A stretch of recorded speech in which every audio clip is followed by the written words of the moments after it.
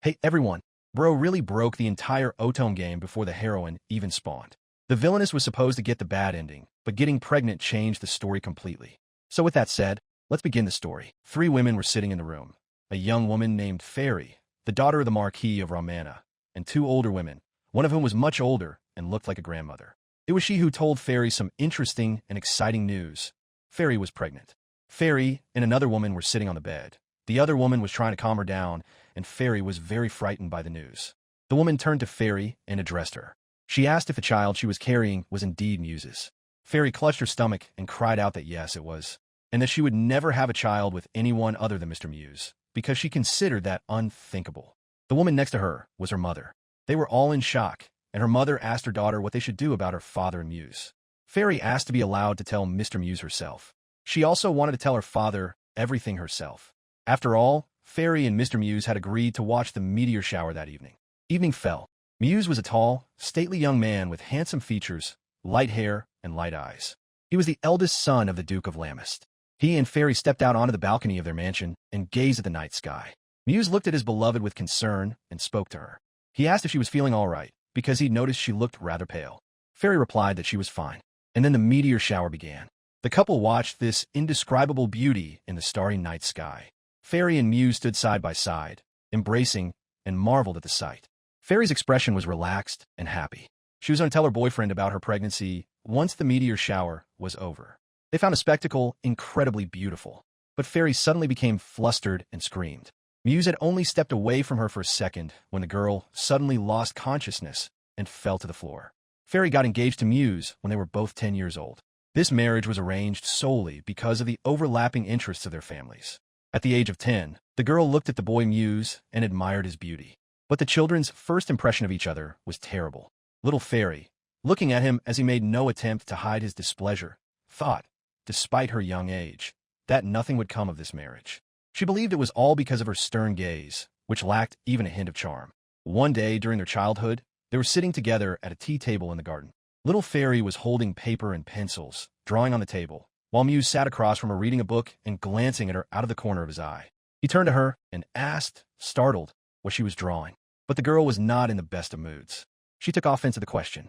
She replied grumpily that on the first sheet she had drawn a dog, on the second a cat, and on the third a bird. Muse replied grumpily that they were way too crooked. Fairy shouted that it didn't matter, because she was having fun. Muse was surprised that the girl was having fun with pencils. And Fairy exclaimed that, in her opinion, it was way more fun than just sitting next to him.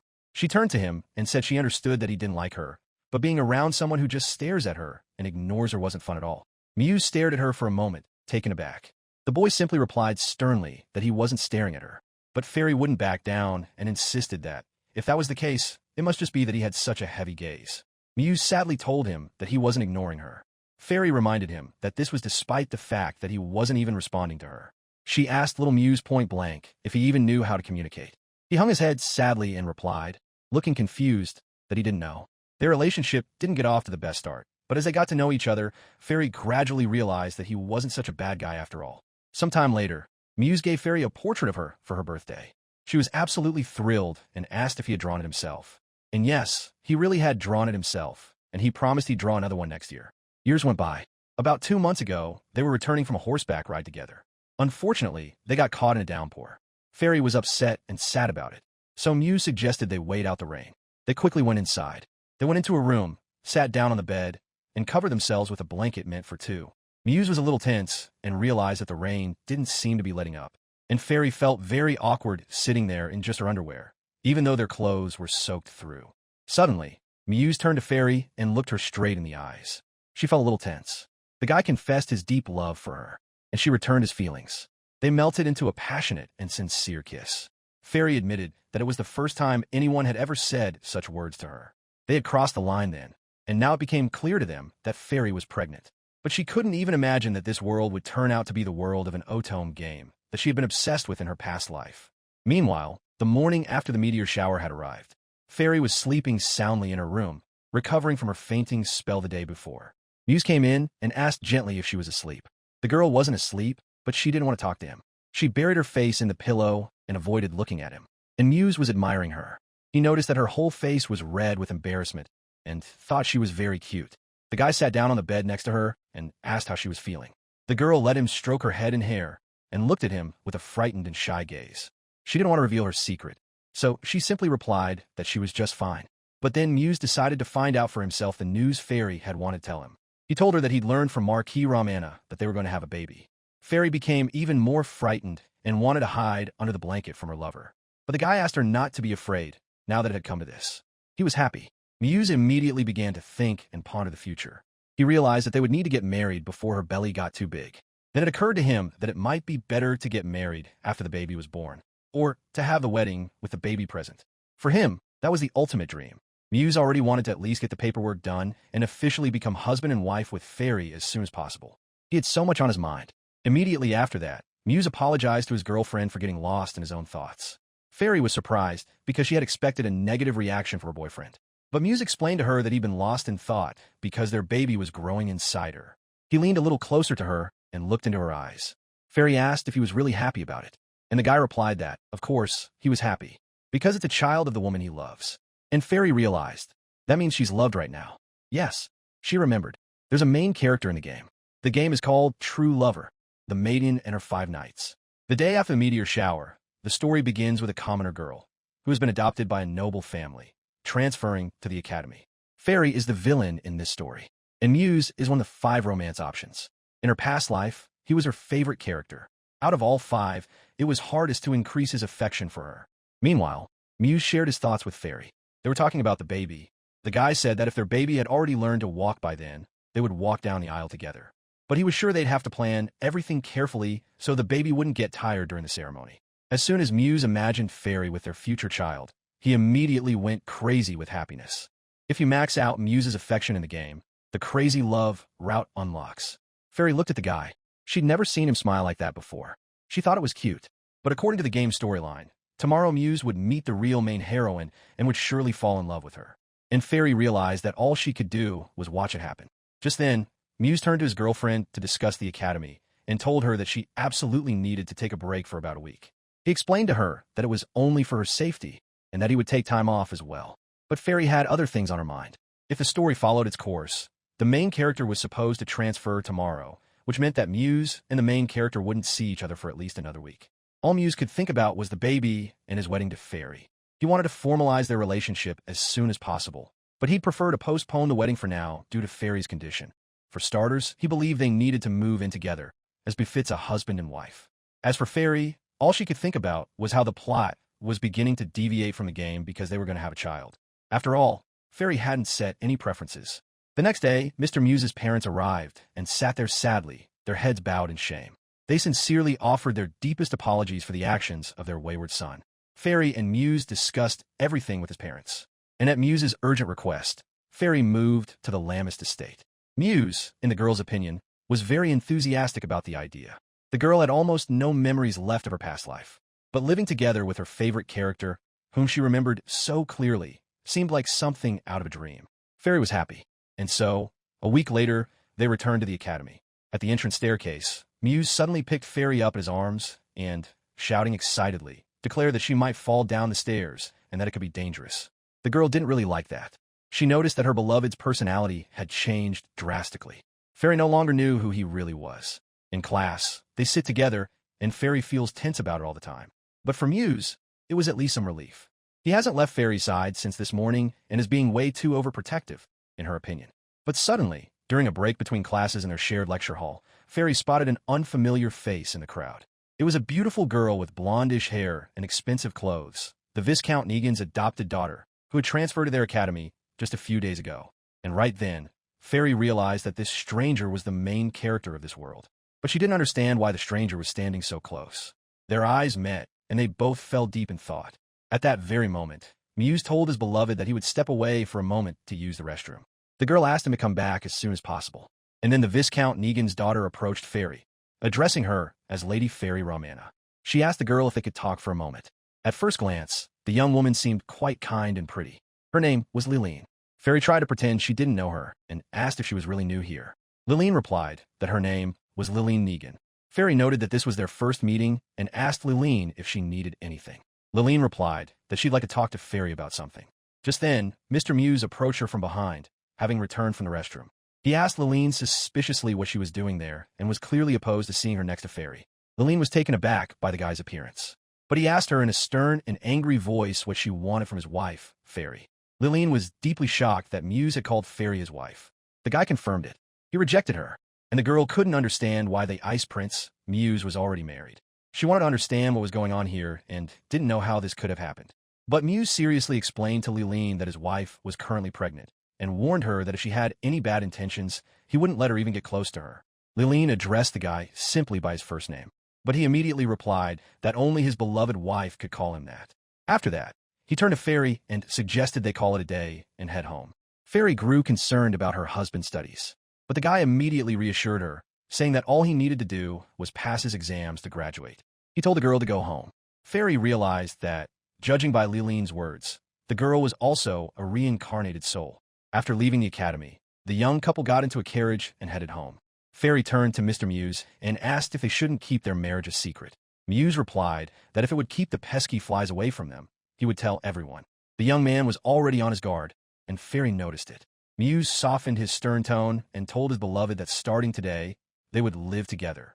A sweet smile appeared on his face. Suddenly, overcome by a surge of joy in her emotions, Fairy covered her face with her hands, which made the guy think for a moment that something was wrong with her. But everything was fine, because she was practically in seventh heaven.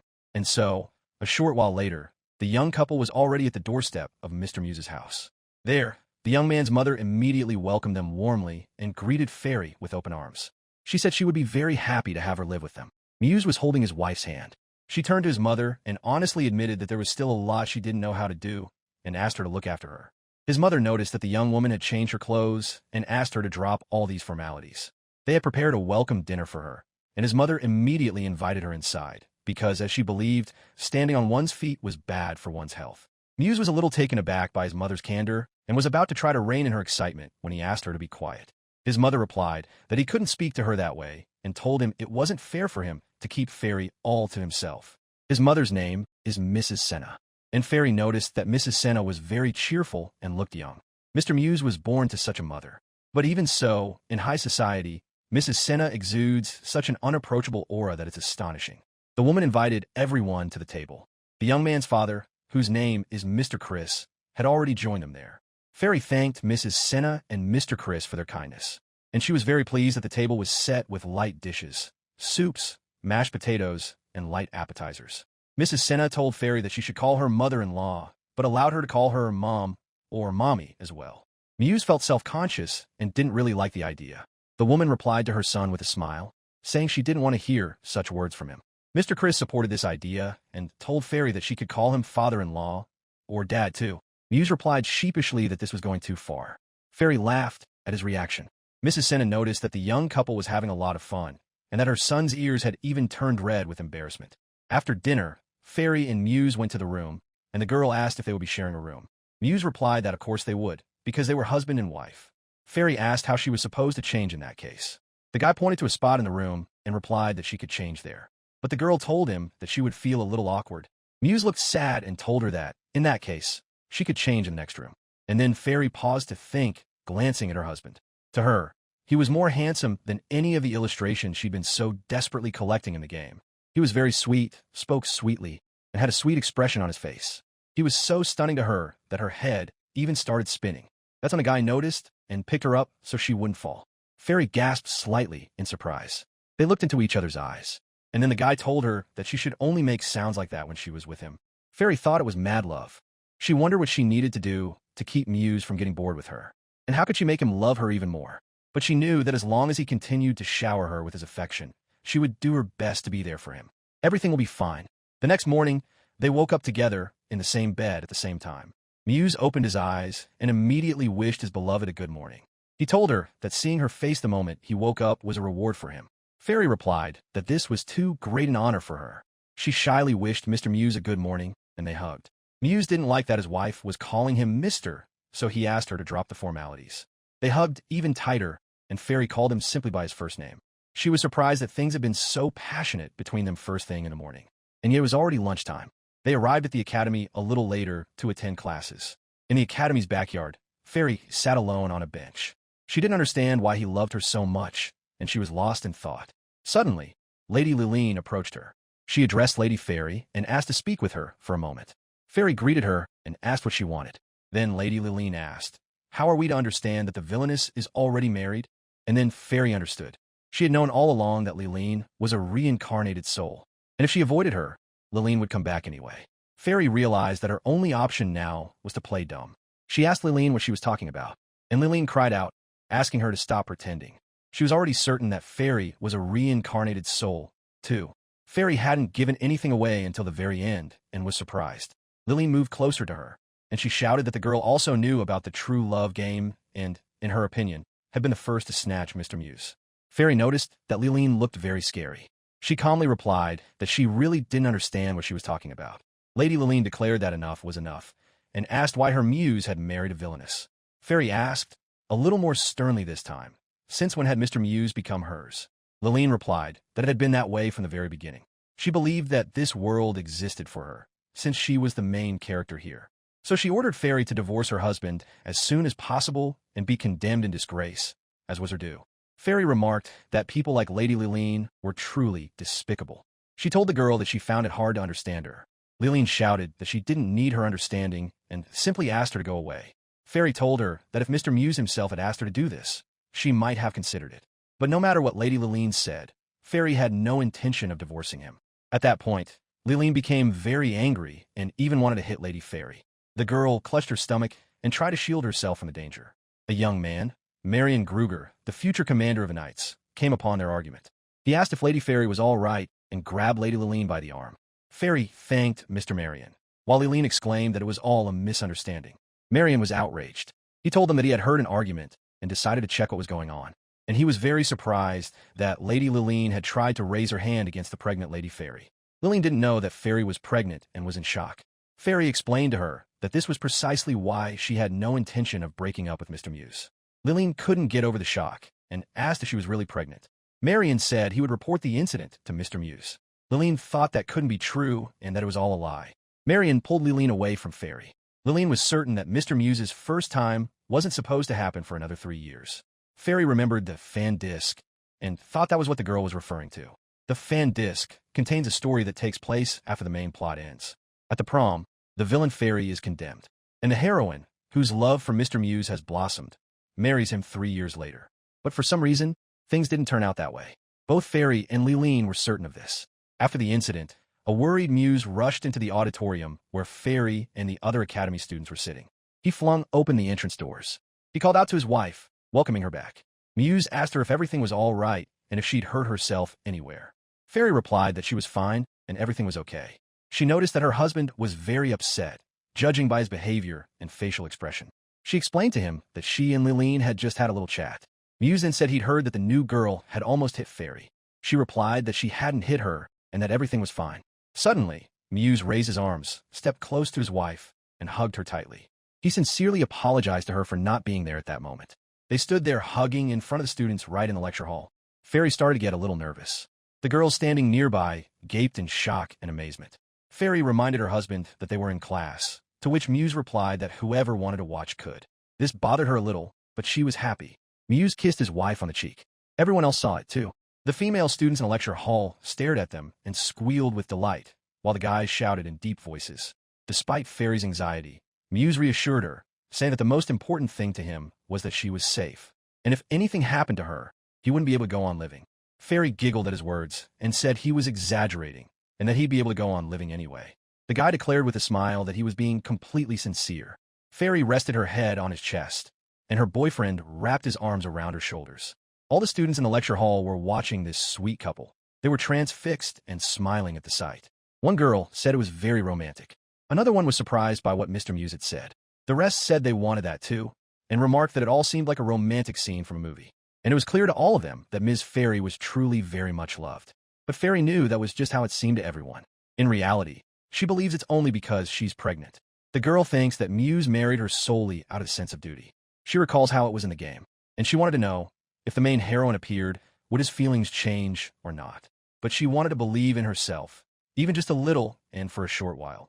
Standing in the arms of her beloved Muse, she turned to him. She looked into his eyes and quietly said that she loved him. And Muse replied that he loved her too, and they melted into a passionate and romantic kiss. All of this continued to unfold before the eyes of the entire audience. At that moment, the other students simply melted at the sight. Muse replied that the kiss was punishment for his wife having called him sir earlier, since that was unacceptable to him. Fairy immediately realized he was referring to what had happened that morning. They gazed into each other's eyes for a long time. Muse kissed his wife on the cheek a second time. Muse called it a reward for his wife's sincerity. The girls nearby were simply mesmerized and amazed. But Fairy knew and was worried. Muse. The destruction of his image was in full swing. After class, Muse and Fairy went home in a carriage drawn by several horses. The young man sat in a chair, and the young woman sat on his lap. Muse was worried about his beloved's well-being and asked her if she was absolutely sure she was all right. The young woman replied that yes, she was indeed fine, and laughed as she asked her husband why they were sitting in such position in the first place. After that incident, the main character didn't return to class until after the 5th period during lunch break. She walked in with a very sad expression on her face. Muse was nearby and addressed the new girl. Fairy was standing behind him, hiding. Muse told the new girl that he'd heard she tried to hit Fairy. The girl, from behind, told her husband that everything was actually fine now. But Muse's face was angry, his gaze sharp, and his demeanor and resolve unshakable. He warned the new girl that if she did anything like that again, he would destroy her by any means necessary. Muse looked terrifying at that moment. Liline was crying and worried. Fairy turned to her husband, took his hands, and told him there was nothing to worry about now. Besides, she said that if Muse put that much pressure on the newcomer, there wouldn't be any room left for her at the academy. The guy listened to his wife's words. Incidentally, in her past life, Fairy had also been hounded by a girl who couldn't stand rival female fans of the same character. For Fairy, Muse was hers, based on her game saves. The main characters in True Love are the heroine and 5 romance options: Crown Prince Heldrius, future Prime Minister Hugo, future Commander of the Knights Marion, the heroine's childhood friend Killian, and the Marquis's son, Muse. In the popularity poll, the prince took first place, while Muse was not as popular due to the game's difficulty. Nevertheless, Muse's refined beauty and his charm, especially when he showed tenderness toward Fairy, were truly one of a kind. According to the plot, the main character is an orphan from a commoner family. All that is revealed is that she was adopted by a kind couple of viscounts. In this world, the education system is well developed, so there are schools that even commoners can attend. But to enroll in this academy, one needs not only a certain background but also academic achievement. Fairy thought that such academies were probably similar to the universities from her past life. With a personality like hers, Fairy thought Liline must have had to work quite hard. Fairy and Muse continued their ride home in the carriage. The young woman turned to her husband and said that she simply didn't want to upset the Viscount and his wife. To this, the young man replied that she was too kind. Fairy disagreed with him, and Muse confidently told Fairy that he would protect her. But Fairy decided to resist. She replied in a sad voice that she wasn't some weak girl who just needed to be protected. Muse hugged her tighter. He replied that he knew that, and despite it, he would still protect her. Fairy said that she, in turn, would do exactly the same and protect her husband just as he protected her. Meanwhile, 2 weeks had passed since they'd started living together. There were no classes today, so Fairy invited her friends over for tea at the Lamest estate. When her friends arrived at Fairy's, they greeted her joyfully and remarked that she looked very happy, since they hadn't seen each other in a long time. That morning, Fairy had gone shopping with Mrs. Senna. Mrs. Senna scolded Fairy for wearing a corset and declared that Muse was completely out of her mind, since it was very dangerous for the health of a pregnant woman and her child. Fairy remembered this and asked her friends, "What made you decide that I looked so happy?" Susanna, the daughter of Count Lienz, replied that it was written all over her face. And Alaway, the daughter of Marquis Yosef, congratulated her on her upcoming wedding. They told her they were very surprised by the news, since they were expecting a child. They were beside themselves at the thought that their friend Fairy was going to become a mom. The girls were sitting at a round table in the garden, drinking tea, enjoying nature, and chatting about all sorts of topics. Her friends asked Fairy how things were going in her married life. They told her that rumors were spreading everywhere that the Ice Prince had turned into a passionate one. Fairy even spilled a little of her tea, completely caught off guard by this news. She asked her friends what kind of nickname her husband had been given and mentioned that she'd heard about it too. The girls told her not to choke on her tea. Alaway and Susanna mentioned that, apparently, Fairy and Muse had even kissed in front of everyone in class. Fairy was very surprised that everyone already knew about this, too. After all, her friends were a year older than her and had graduated from the academy long ago. Suddenly, Muse walked over to them at a leisurely pace. He stood next to his wife and apologized for interrupting their conversation. Fairy asked her husband what he wanted. Muse replied that he had just come over to say hello. Susanna and Alaway greeted Mr. Muse, and Mr. Muse greeted Ms. Lienz and Ms. Yosef in return. They all smiled at each other. Muse asked his wife's friends to continue being very kind to her. The girls were surprised by the young man's behavior. Muse turned to Fairy and said he had to leave already. The girl asked why he was leaving them so soon. Mr. Muse explained to her that his father was waiting for him. He asked his wife to be careful and not to trip. Then he left to run some errands. Alaway and Susanna noticed that Muse had changed a great deal. They were surprised that it was really him. Susanna said it was the first time she'd seen him smile. She thought it was as if he'd been replaced. The friends said that the rumors didn't even do it justice. Susanna wanted to take a cookie from the table, and Alaway said that the tea was very tasty. Fairy told them not to be shy and to take whatever they wanted. The girls realized that there was a wild love between Muse and Fairy, and that meant everything was true. Fairy asked if it was that obvious. Susanna and Alaway confirmed it. Then they asked her to tell them something else.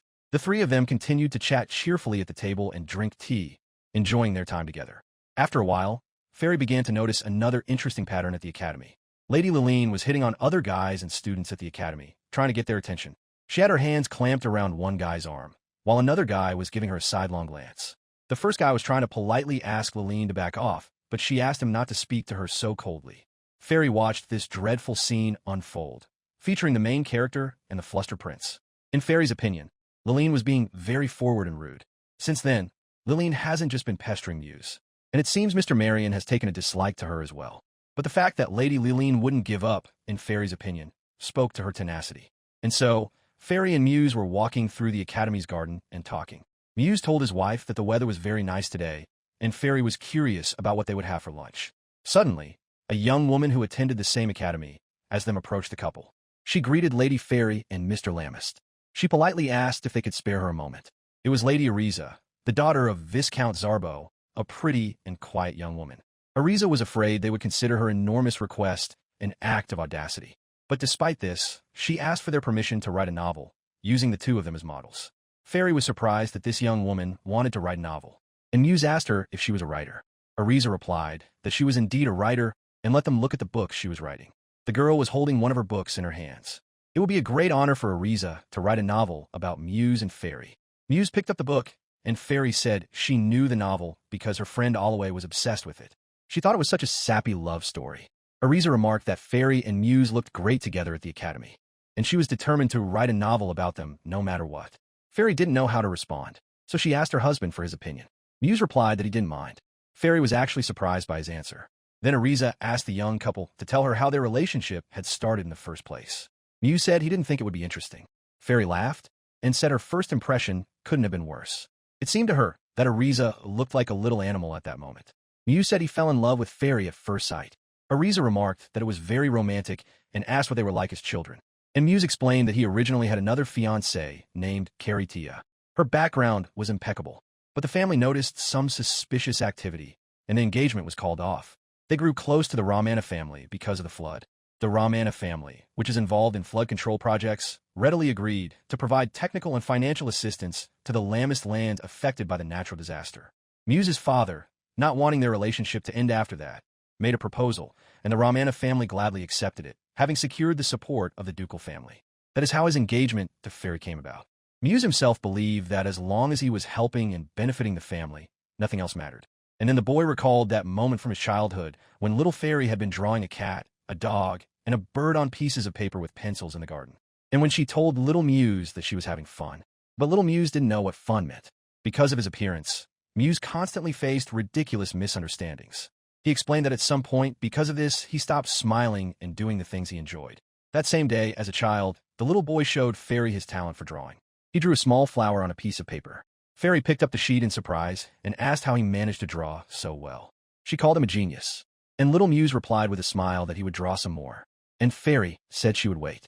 Muse explained that when he was with Fairy, he felt happy and was filled with joy. And his mother told him, with a pleased expression, that this was true love. And that means Muse is truly in love with Fairy. Ariza listened to their story and replied that it was great material for her. And Muse continued telling his story. Because of every facial expression and gesture Fairy makes, he's either happy or sad. He said it's ridiculous, but he likes it. However, now the guy admitted that he was upset. The girl noticed that Muse's gaze was piercing. He explained that it all started with a letter Fairy had received recently. Here's what happened. The guy got angry and told Fairy there was no need for it. And why on earth should she accept this letter? Fairy stood in front of him and replied that she thought she might as well at least listen to it, because she was a little curious. After reading the letter, Muse indignantly told his wife that she would have to meet with the man alone, and he couldn't allow her to do that because he was against it. The guy clenched the letter viciously in his hands. Fairy realized then that it was jealousy. She wanted to explain to him that she could help this man, but Muse wouldn't hear of it. But even in that situation, he paused to think and realized then that he had, in fact, landed a goddess. They embraced, and the young man gave his wife permission to meet with that man. The meeting took place very soon after. It was Killian, the eldest son of Count Hendrik.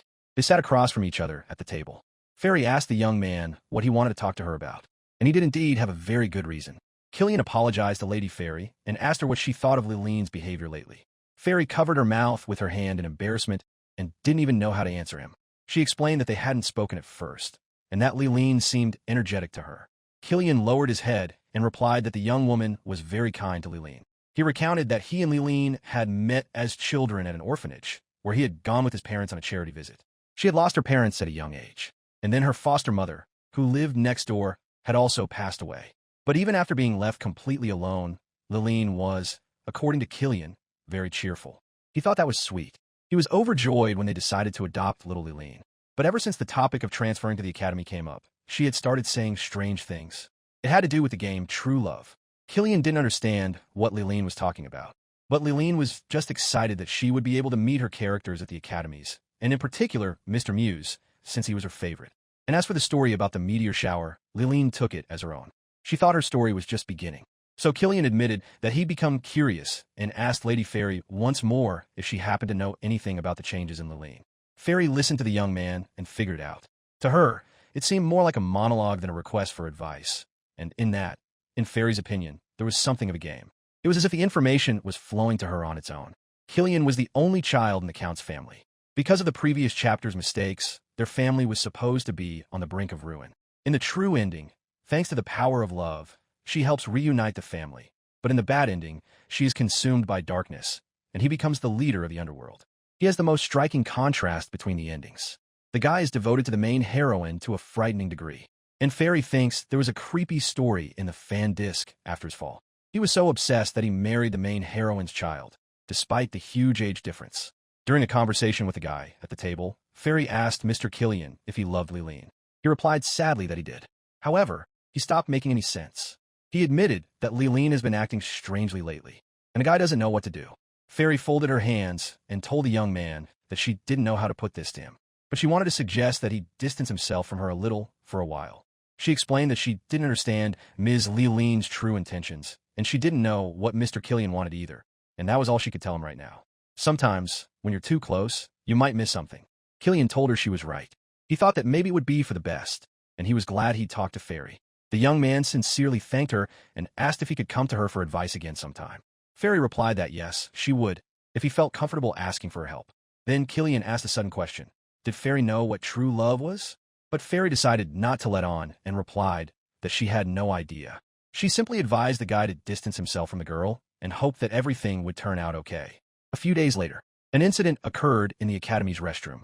Fairy walked into the restroom and heard some strange noises coming from inside. A crowd of female students had surrounded Liline, who was sitting on the floor, and they were all yelling at each other.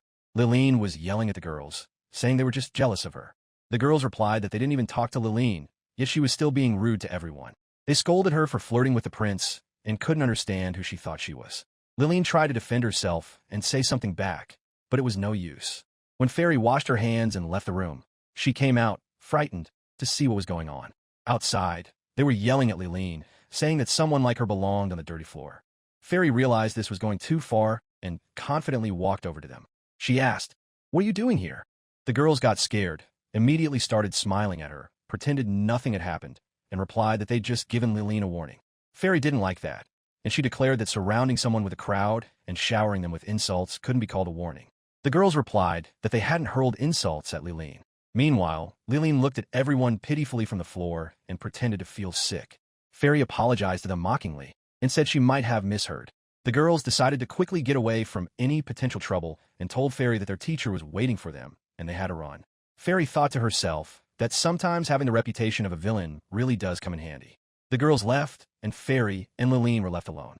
Liline immediately asked proudly, "Why on earth did Fairy suddenly decide to help me?" Fairy turned to her and suggested she stand up first, since the floor was dirty and cold. Liline yelled at her and declared that she could stand up on her own. Then she immediately turned around and snarled at Fairy that she shouldn't think she'd saved her. After all, Liline didn't see it that way. Fairy had no choice but to simply accept Liline's negative emotions as inevitable. Because of that incident in the restroom, Fairy had completely forgotten that she was scheduled to have a routine medical checkup this afternoon. The Lamest estate had its own attending physician, a middle-aged woman with short hair named Mia. She came into the room where Fairy and Muse were and began examining the girl. After the examination, she told them that everything was fine with Fairy's baby. But she told the girl that she wasn't even experiencing severe morning sickness yet, and that her diet was absolutely terrible. The doctor asked Fairy to eat normally, if she could, and to eat well without being picky, because otherwise the baby might not get enough nutrients. Fairy was a little scared, and Muse grew concerned. A female attending physician is a rarity in their world. Dr. Mia asked Fairy about the exercises she'd told her about, but Fairy had completely forgotten about them and hadn't been doing them. Mia is a master at first giving hope, then slowly tearing one's soul apart. Fairy began to feel ashamed. Muse sat next to her and told his wife that starting today, they would begin doing therapeutic exercises together. But Fairy could only think that the fact that Dr. Mia was right made it even more painful, and her words hurt even more. Then Muse asked Dr. Mia about their nightly marital duties and declared that he was enduring it. The young man let out a heavy sob. Dr. Mia was a little indignant that he was stating this so proudly. She reassured Muse and told him that a stable period would begin soon, but until then, he would have to be patient. Fairy covered her face with her hands in embarrassment, completely convinced that this was torture by shame. Muse decided to double-check and asked again, "Will it definitely be possible once the stable period begins?" Dr. Mia replied that, in any case, his wife's physical condition took precedence above all else. The woman admitted that she had thought he was the kind of person who acted consistently, but she noted that things were apparently different with Fairy. And most importantly, they look happy. Muse admitted that it still feels like a dream to him, and Mia replied that, honestly, she never thought she'd live to see the day when they'd start bragging and openly talking about their feelings. Then she turned to Muse and told him that he reminds her a lot of Chris. Muse lowered his gaze heavily and fell into thought. He asked, "In what specific way do I resemble him?" And the woman replied, "Exactly this." And Fairy understood what she was talking about. She realized that her husband's loyalty had been passed down to him from his father. After the doctor left, Mia Fairy turned to her husband. She told him that she wasn't quite comfortable right now. That's because they had started doing those very exercises together on Fairy's bed. She was sitting with her legs spread apart, rotating her feet. Muse sat beside her, helping his pregnant partner. The exercises Mia was talking about were similar to the regular stretching routines Fairy had done in her past life. In this world, it's customary to overprotect pregnant women, but Dr. Mia holds progressive views and recommends moderate physical activity. Fairy was indignant that even ordinary people couldn't do that. The exercises were listed on a special sheet of paper she had, with pictures and brief notes for each one. Some didn't need to be done right away, while others had to be repeated several times. For now, these were mostly foot exercises. Once she entered a stable phase, warm-up exercises for her lower back and neck would be added. Fairy sat on the bed and rotated her feet in different directions. She knew she needed to concentrate. Muse helped her with everything. He asked her not to pay attention to him and just to follow the instructions. He whispered something in his wife's ear and encouraged her. Fairy noticed what a pleasant voice her beloved had and realized that at this pace, they definitely wouldn't be able to make any further progress. After all, she still hadn't been able to focus on the exercises, and she knew that if she didn't do so, Dr. Mia would scold her again. Suddenly, Muse moved closer to her and whispered in her ear, asking her whether she wanted a boy or a girl more. Fairy replied that it didn't matter to her because she'd be happy with either, as long as the child looked like her husband. Muse was surprised by this answer. He declared that was out of the question and that there was nothing good about it. But Fairy was certain the child would be simply adorable. She reminded Muse that he had been very cute ever since he was a child. Muse was even more surprised and asked if that was really true, even though he had been so unsociable. Fairy replied that she would even say the guy was right up her alley. She asked him, "Who do you want?" The guy moved closer to the girl's neck and quietly replied that he wanted their child to be just like Fairy in every way. She asked if he really disliked his appearance that much. The guy replied that that wasn't even the point. It's just that, in his opinion, if their child faced trouble because of his appearance, just like he did, he'd feel sorry for him. Fairy knew that because her husband, Muse, was emotionally reserved and sharp-tongued, people had nicknamed him the Ice Prince. But she was certain he was much kinder than people around him thought. She casually stroked his head and jokingly replied that he was a very anxious father. And Muse was very curious to see if he would be able to become a good father. Fairy told him that of course he would, and explained that he was very kind. And Muse replied to his wife that she was the only one who ever told him that. The next morning, Fairy was getting ready to go to the academy, but without Muse. He was brushing his beloved's hair and styling it. The young man told his wife that he wouldn't be able to go to the academy with her today. This was because his father had tasked him with inspecting the rivers, and he himself had to go to the royal castle. Fairy wished him a safe and speedy return. Due to their geographical features, the lands of Lamist are very vulnerable to rain. They lie downstream from areas that receive heavy precipitation. But Fairy suddenly wondered why Muse was combing her hair. But Muse was very worried that he would have to let his wife go to the academy alone. She assured him that everything would be all right. The young man was afraid that the new girl might pull another stunt. Fairy told him that everything would definitely be fine. A maid came into their room and complimented Mr. Muse. She noticed that the young gentleman had gotten much better at using a comb, and he agreed with her. Fairy's hairstyle was impeccable. As soon as she arrived at the academy, Fairy was met by Killian and Marion. They greeted each other and wished each other a good morning. The two turned to Lady Fairy and told her that they would be by her side today and would do everything in their power to protect her. They explained that, since they had been asked to do so, they would protect her with all their might. Fairy didn't understand what was going on and replied that she could handle it on her own. Suddenly, Lady Liline walked past them. She was cold and sullen, wearing glasses and with her hair in disarray, holding an umbrella. Her expression was very angry and sad. Fairy noticed her anger and thought that the girl might even break her poor umbrella with all that effort. Killian looked sadly at the girl and lowered his head. Later, they went to the lecture hall to sit at a two-person desk. Marion and Killian sat next to Fairy on either side, even though there were two empty seats. Suddenly, Ariza joined them. She greeted everyone and wished Lady Fairy a good morning. The girl was surprised that Mr. Muse hadn't come today. Fairy wished the girl a good morning in return and explained that her husband had some urgent business to attend to. Ariza realized that this meant he was truly busy. Fairy was annoyed that Marion and Killian were sitting next to her, but she didn't let it show. They all explained to the girl that they had been asked to serve as her bodyguards. Fairy was surprised by this and reminded them that she had asked them not to do so. Marion told the girl that Muse had sent a messenger here first thing this morning, and Ariza was deeply touched by this. She realized that this must be true love after all, the love of Mr. Lamist. But Fairy wasn't so sure and replied that, in her opinion, her husband was simply worrying about her too much. Ariza then said goodbye to the others and said she was going to the library. They wished her luck. Before leaving, the young woman was very happy that she had witnessed something beautiful. Suddenly, Killian spoke gently to Lady Fairy. He admitted to her that it felt strange to talk about this now, but he said he had decided to forget about Lady Liline. He explained that he had seen her that morning and finally understood everything. In his opinion, she had become a complete stranger. So Killian decided he'd had enough. And now, other things were more important to him. He also said that he wanted to rescue his family from their dire situation. Marion realized that this meant the rumors were true. Killian replied to the young man that he was ashamed to admit it. Marion asked, "Don't the Hendrick estates grow cotton?" Killian replied that this was indeed the case, but if things had gone as usual, they could have counted on a steady profit. Fairy couldn't understand what the previous chapter was all about. She realized that Hendrick's situation seemed to be the same as in the game. According to the plot, they had failed to reform the family business and were on the brink of bankruptcy. The guys asked Killian if cotton and cotton wool were really the same thing, but Killian didn't understand what wadding was. Fairy thought that was the name for the inner part of cotton. In this world, there are cotton threads, but cotton batting itself isn't used here. Pillows are stuffed with fabric scraps, which is why these were so stiff. Down or wool is used in blankets. Fairy asked Killian if they could show him their cotton over the weekend. He approved the idea, and that very weekend, the four of them, Fairy, Muse, Killian, and Marion, went there. Killian invited them to his land and was happy to have them. The cotton plantations were truly enormous. It was an impressive sight. The group asked Killian if the entire area was really one continuous plantation. Killian replied that it was, and led them to take a look at the cotton. They walked in the warehouse, a large wooden building.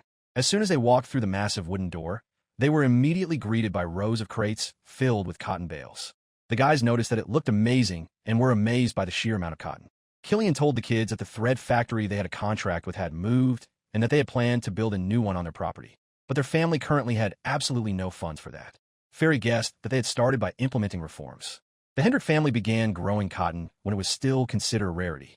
Their ancestors took a risk and planted it across all their land. At first, it brought in huge profits. But when neighboring lands began growing cotton as well, prices started to fall. The age of silk had arrived. With this in mind, Killian's father decided to turn the cotton fields into mulberry plantations. But due to a lack of money, their plan failed, and they were left up to their ears in debt. Fairy thought they had definitely acted recklessly, and she wondered if perhaps Killian had inherited that kind of temperament from his parents. Suddenly, Fairy spotted something interesting in the warehouse. That's where the Hendricks stored cotton that had been seeded and rolled into bales. There was a huge amount of it there. Fairy said she really wanted it. She asked Killian how much they would sell it to her for. Killian replied that they would be happy to sell it to her, but unfortunately, it was raw material. The girl asked if she could take some of the cotton and said she would pay for it all. A brilliant plan popped into her head. She sewed a pillow, and she put a cover on it. Then she presented her invention to the guys. A pillow stuffed with cotton and a cover that she'd also sewn herself. Muse picked up the pillow to take a closer look and noticed that it was very light and felt amazing to the touch. Killian and Marion also asked to touch it. Killian was surprised that the pillow was light and very fluffy. Fairy recalled that when she was learning to sew, she had always found the filling strange. Items filled with it turned out stiff and uneven. Marion also picked up a pillow to look at it and feel it. Killian asked Fairy for permission to borrow her idea, and she agreed. He immediately realized that it was sure to be a bestseller. Plus, they wouldn't have to throw away any cotton at all. Marion realized he wanted one just like it, too. Killian promised the girl that, as a token of gratitude, they would give him a share of the profits. Fairy sincerely thanked the guy, and he thanked her in return. Fairy would, of course, have allowed them to use such pillows anyway, but Muse told her to go ahead with it because it was like a deal between their territories. But Muse turned to Killian and seriously warned him that this idea could be copied quite easily. So he advised them to take care of the patent in advance. Killian took this to heart right away, and he thanked them both once again for the idea. Just as Killian had predicted, the cotton-filled pillows became a real hit. This is a patented product of the Hendrick lands. Selling it in other lands is prohibited, and the prices are set quite high. The pillows sell out in an instant, and the family can't keep up with the orders. On top of that, this has created new jobs in the Hendrick lands. After that event, Muse and Fairy went home. They sat in their room, hugging the cotton-stuffed pillows Killian had given them. But Muse sat there looking very tense and worried. He turned to his wife and told her that he'd noticed Mr. Killian was being too familiar with her. But Fairy replied that she thought it was normal. Sometime later, they both returned to the academy to study. There, a new incident awaited them. At lunchtime, in the middle of the workday, Liline was crying in front of the entire class, holding her torn textbook. She believed this was bullying, just like in a game, and that the villain had finally revealed her true nature. Liline screamed that Lady Fairy had ruined her textbook, that she was to blame, and that, in her opinion, there simply couldn't be any other explanation. Suddenly, Lady Fairy walked into the same classroom with her husband. Muse immediately turned to the newcomer and asked spitefully, what does she want now? To herself, Liline kept repeating that everything was fine and that this was definitely one of the events leading to the bride's condemnation. The girl was certain that from that moment on, everything would definitely go according to her plan. She claimed once again that Lady Fairy had done it. But Fairy looked at Liline with wide eyes and didn't even realize right away what she was talking about. Muse stepped in front of Liline and replied that this was nonsense. Asking why on earth Fairy would get her hands dirty over her, Liline told him that she understood his desire to believe his wife. But Fairy thought that, in her opinion, it seemed kind of like an in-game event, but she couldn't remember if there was anything like that in the game. The guy replied that Fairy had been with him the whole time. He asked Liline when his wife would have had time to tear up her textbook. Liline suggested, fearfully, that she might have done it after class. Muse declared in a menacing voice that this was out of the question, because Fairy only attends mandatory classes and goes straight home with him afterward. But, according to Liline, only Fairy could have done such a thing. Muse was furious and asked the girl what she even knew about Fairy to speak that way. The guy declared that Fairy was a kind girl, both in body and soul, who was like a goddess. Fairy was even surprised that her husband was talking about her body. But Muse didn't stop there. He asked Liline loudly why she was so obsessed with Fairy. His wife still didn't understand what he meant and felt embarrassed. Liline replied that she wasn't obsessed at all. Muse asked her to watch her words. He asked if this wasn't the work of someone who was infuriated that Liline was constantly hanging around the prince and the others. The girl wanted to say something in her defense, but couldn't. Finally, Muse declared that he didn't know the reason for her hostility toward Fairy, but he wouldn't tolerate it any longer. He asked if she wanted to know how terrifying it was to make the Lamest family her enemy, and he asked if she wanted to find out for herself. At that point, Liline decided to play on his sympathy and pretended to be remorseful, telling Muse that she'd been wrong and apologizing. Though in her mind, she thought it was really Fairy who'd ruined her textbook, and she didn't know why no one understood that. The girl walked over to Fairy and quietly called her a villain, hoping her husband wouldn't hear it. But Muse heard everything. Liline wanted to leave, but Muse wouldn't let her. He was convinced she was determined to make him lose his temper. With tears in her eyes, Liline insisted that wasn't the case at all. The guy declared that he'd heard everything perfectly well. Liline was indignant that Muse could hear so well, even though he didn't understand people at all. She didn't want to upset her sweetheart. But Muse wouldn't back down. He cried out and asked why Liline had even decided that Fairy was a villain in the first place. And he was certain that, if anything, she herself was a vile and repulsive villain. None of them could understand why things had turned out this way. And Fairy and Liline didn't understand why the plot had strayed so far from the game. After all, Liline considered herself the beloved heroine of this game, and she didn't understand why she, the heroine, had to put up with such things. The girl believed that Mr. Muse was meant to be hers. But Muse was convinced that Liline was delusional. He replied that, ever since the beginning of their engagement, he had belonged only to Fairy. The girls stood there silently, in shock. The academy students were also watching all this and didn't know how to react. Liline didn't know what to do and cried, clutching her textbook. The investigation continued in the academy director's office, where Liline had been summoned. The director, a middle-aged woman, told her that, as the academy's administration, they would not tolerate such bullying. However, they believed that Liline was also partly to blame for what had happened. The girl was outraged and felt crushed. The woman from the administration was Ms. Shirley. Liline reminded her that she was the victim in this situation and didn't understand why she was also to blame. Ms. Shirley, in turn, reminded the young woman that Mr. Lamist had already warned her about everything, and that the way she was invading the prince's and others' personal space was absolutely unacceptable in high society. The administration had turned a blind eye to this at His Highness's request, citing the fact that Liline was not yet accustomed to the new rules. But Ms. Shirley reported that they had received many complaints from other students. And although, in her opinion, this in no way justified the bullying, she also asked Lady Liline to behave more prudently. Liline considered this nonsense and was outraged. She declared in a hurt tone that she was the victim here and didn't understand why she was being scolded at all. Ms. Shirley explained that her behavior was completely out of line. She asked the girl to watch her language and warned her that they would have to speak with the Viscount and his wife. Liline objected and asked why this conversation was necessary, since they had nothing to do with it.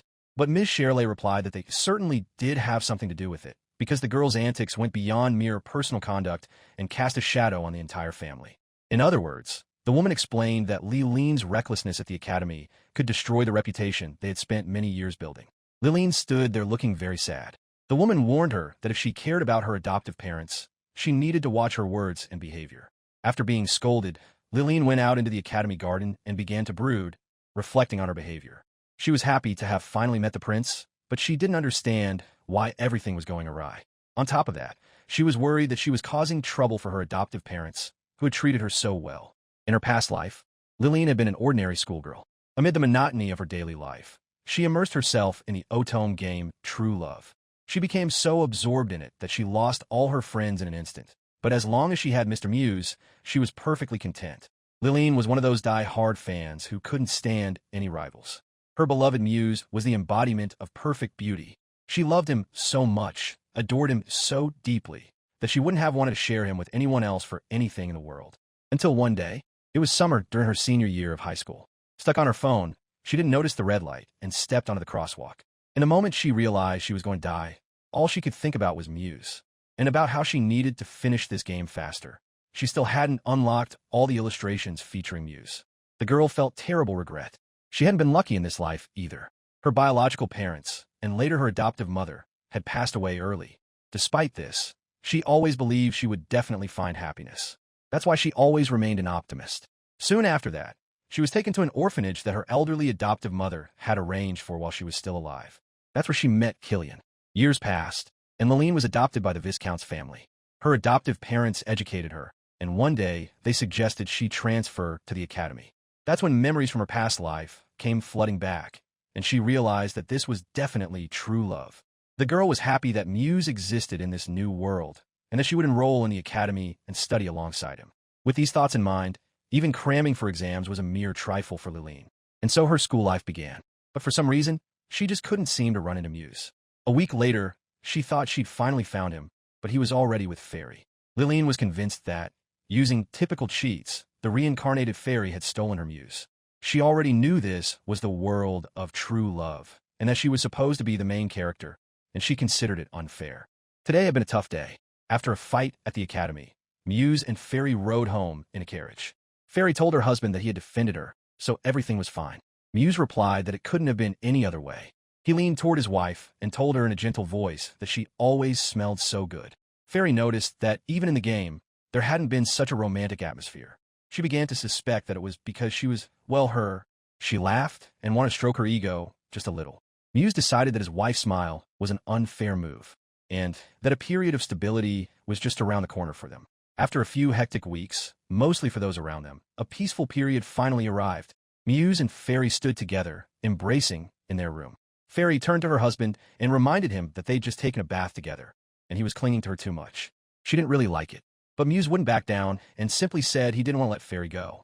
The reason Muse had become so clingy lay in Dr. Mia's visit that day, and Fairy was certain of it. During the visit, Dr. Mia told the couple that it's quite rare to determine the due date so precisely.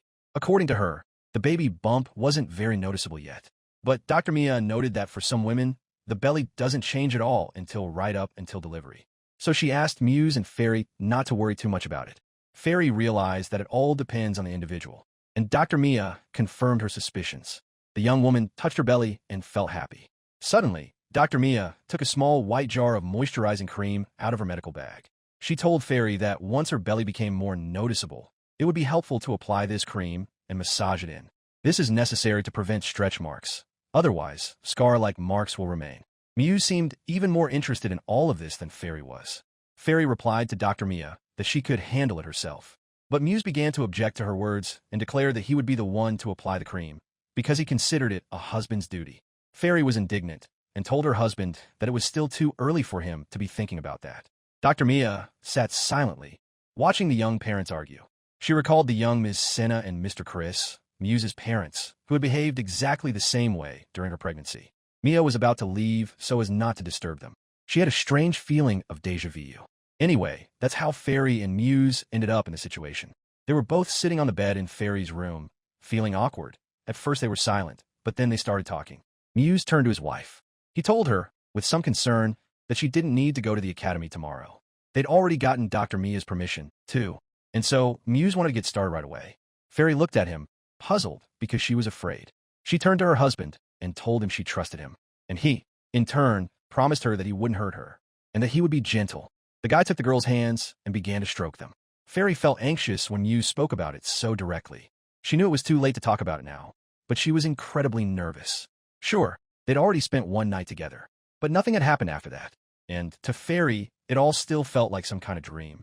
Muse gently asked his wife for permission to touch her, and Fairy let him. In her past life, she couldn't have even imagined such a thing. She whispered to her husband that she was so happy it was almost scary. Muse hugged her and declared that from now on, he would make her even happier. The lovers lay down on the bed, and it all happened. They fell asleep together. The next morning, Fairy woke up next to Muse and was the first to open her eyes.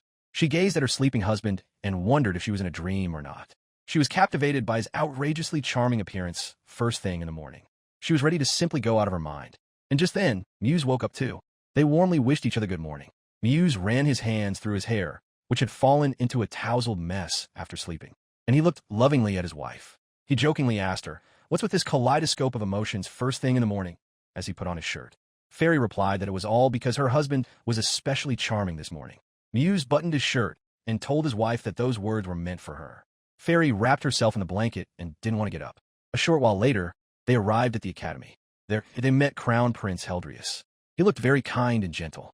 The young man immediately greeted Muse, wishing him a good morning. He then offered to introduce him to his wife. Fairy stood there, feeling a little shy about the introduction. Muse didn't like that, and he clicked his tongue in displeasure. Heldrius heard it, and, for some reason, was delighted by the sound. The guy laughed at Muse and told him he was as cheeky as ever. He explained that this was exactly why they could trust each other. Suddenly, another guy approached them, Hugo Orelise, a confidant and childhood friend of Heldrius's, a guy with glasses and dark hair. Hugo wished Mr. Muse a good morning and greeted everyone. He turned to Heldrius and teased him about how he was pestering Muse. Heldrius jokingly replied to his friend that this was rather rude, and explained that he had simply wanted him to introduce his wife to them. Muse told him that he would defile Fairy. Heldrius insisted again that this was too rude. Fairy stood silently, watching the conversation among all these guys and simply smiling. She couldn't even find the words to join in. His Highness Heldrius and his aide Hugo. They are both romance options in the game as well. The prince, in particular, although he shows an iron fist in matters of state, displays a wide range of personality traits when interacting with the heroine. He is kind, understanding, and strong, but on the other hand, he can also be affectionate at times, and it is precisely this contrast that has made him so popular. Suddenly, Marion and Killian quickly joined their group. They wished everyone a good morning.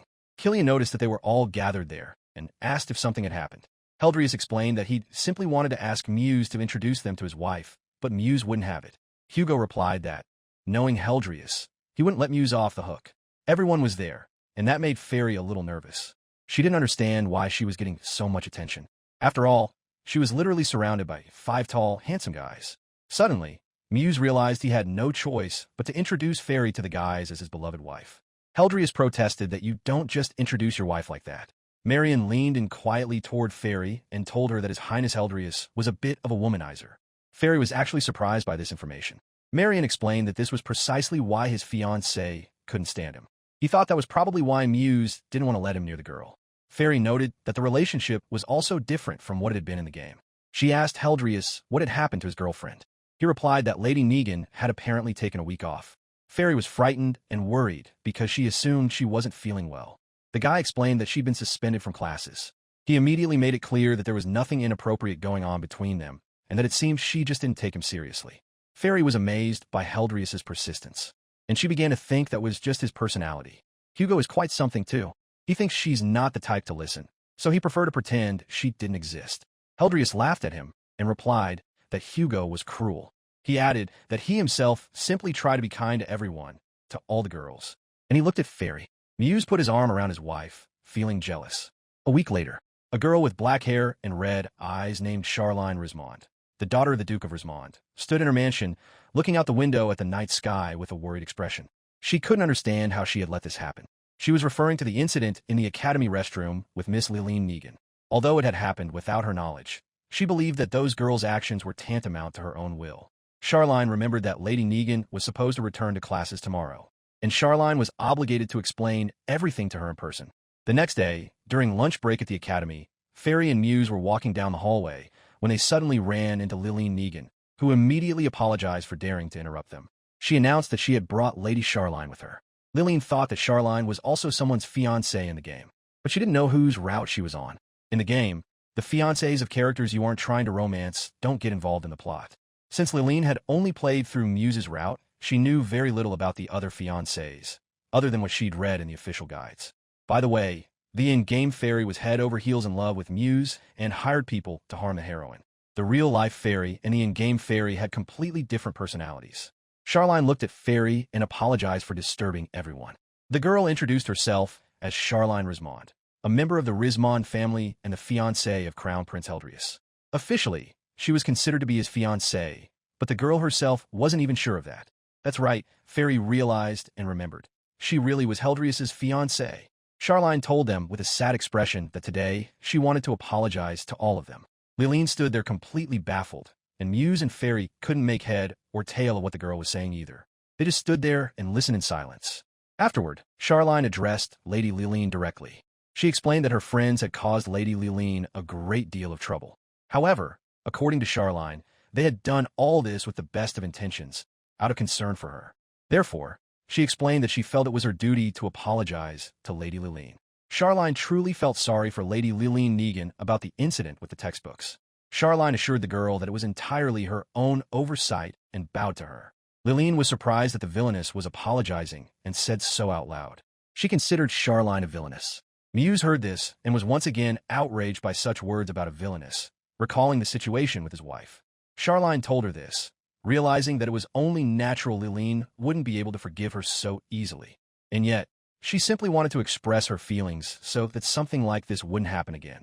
The girl promised to keep a close eye on her friends. At the same time, her friends were standing in the crowd along with the other students who had witnessed what had happened. They were clearly surprised by Charline's words and hadn't expected to hear such a thing from her. They ran up to her, addressed Lady Charline, and asked anxiously why she was doing this. The girls claimed that the girl who was hanging around the prince was entirely to blame, and that they hadn't done anything wrong. Charline asked them to be quiet.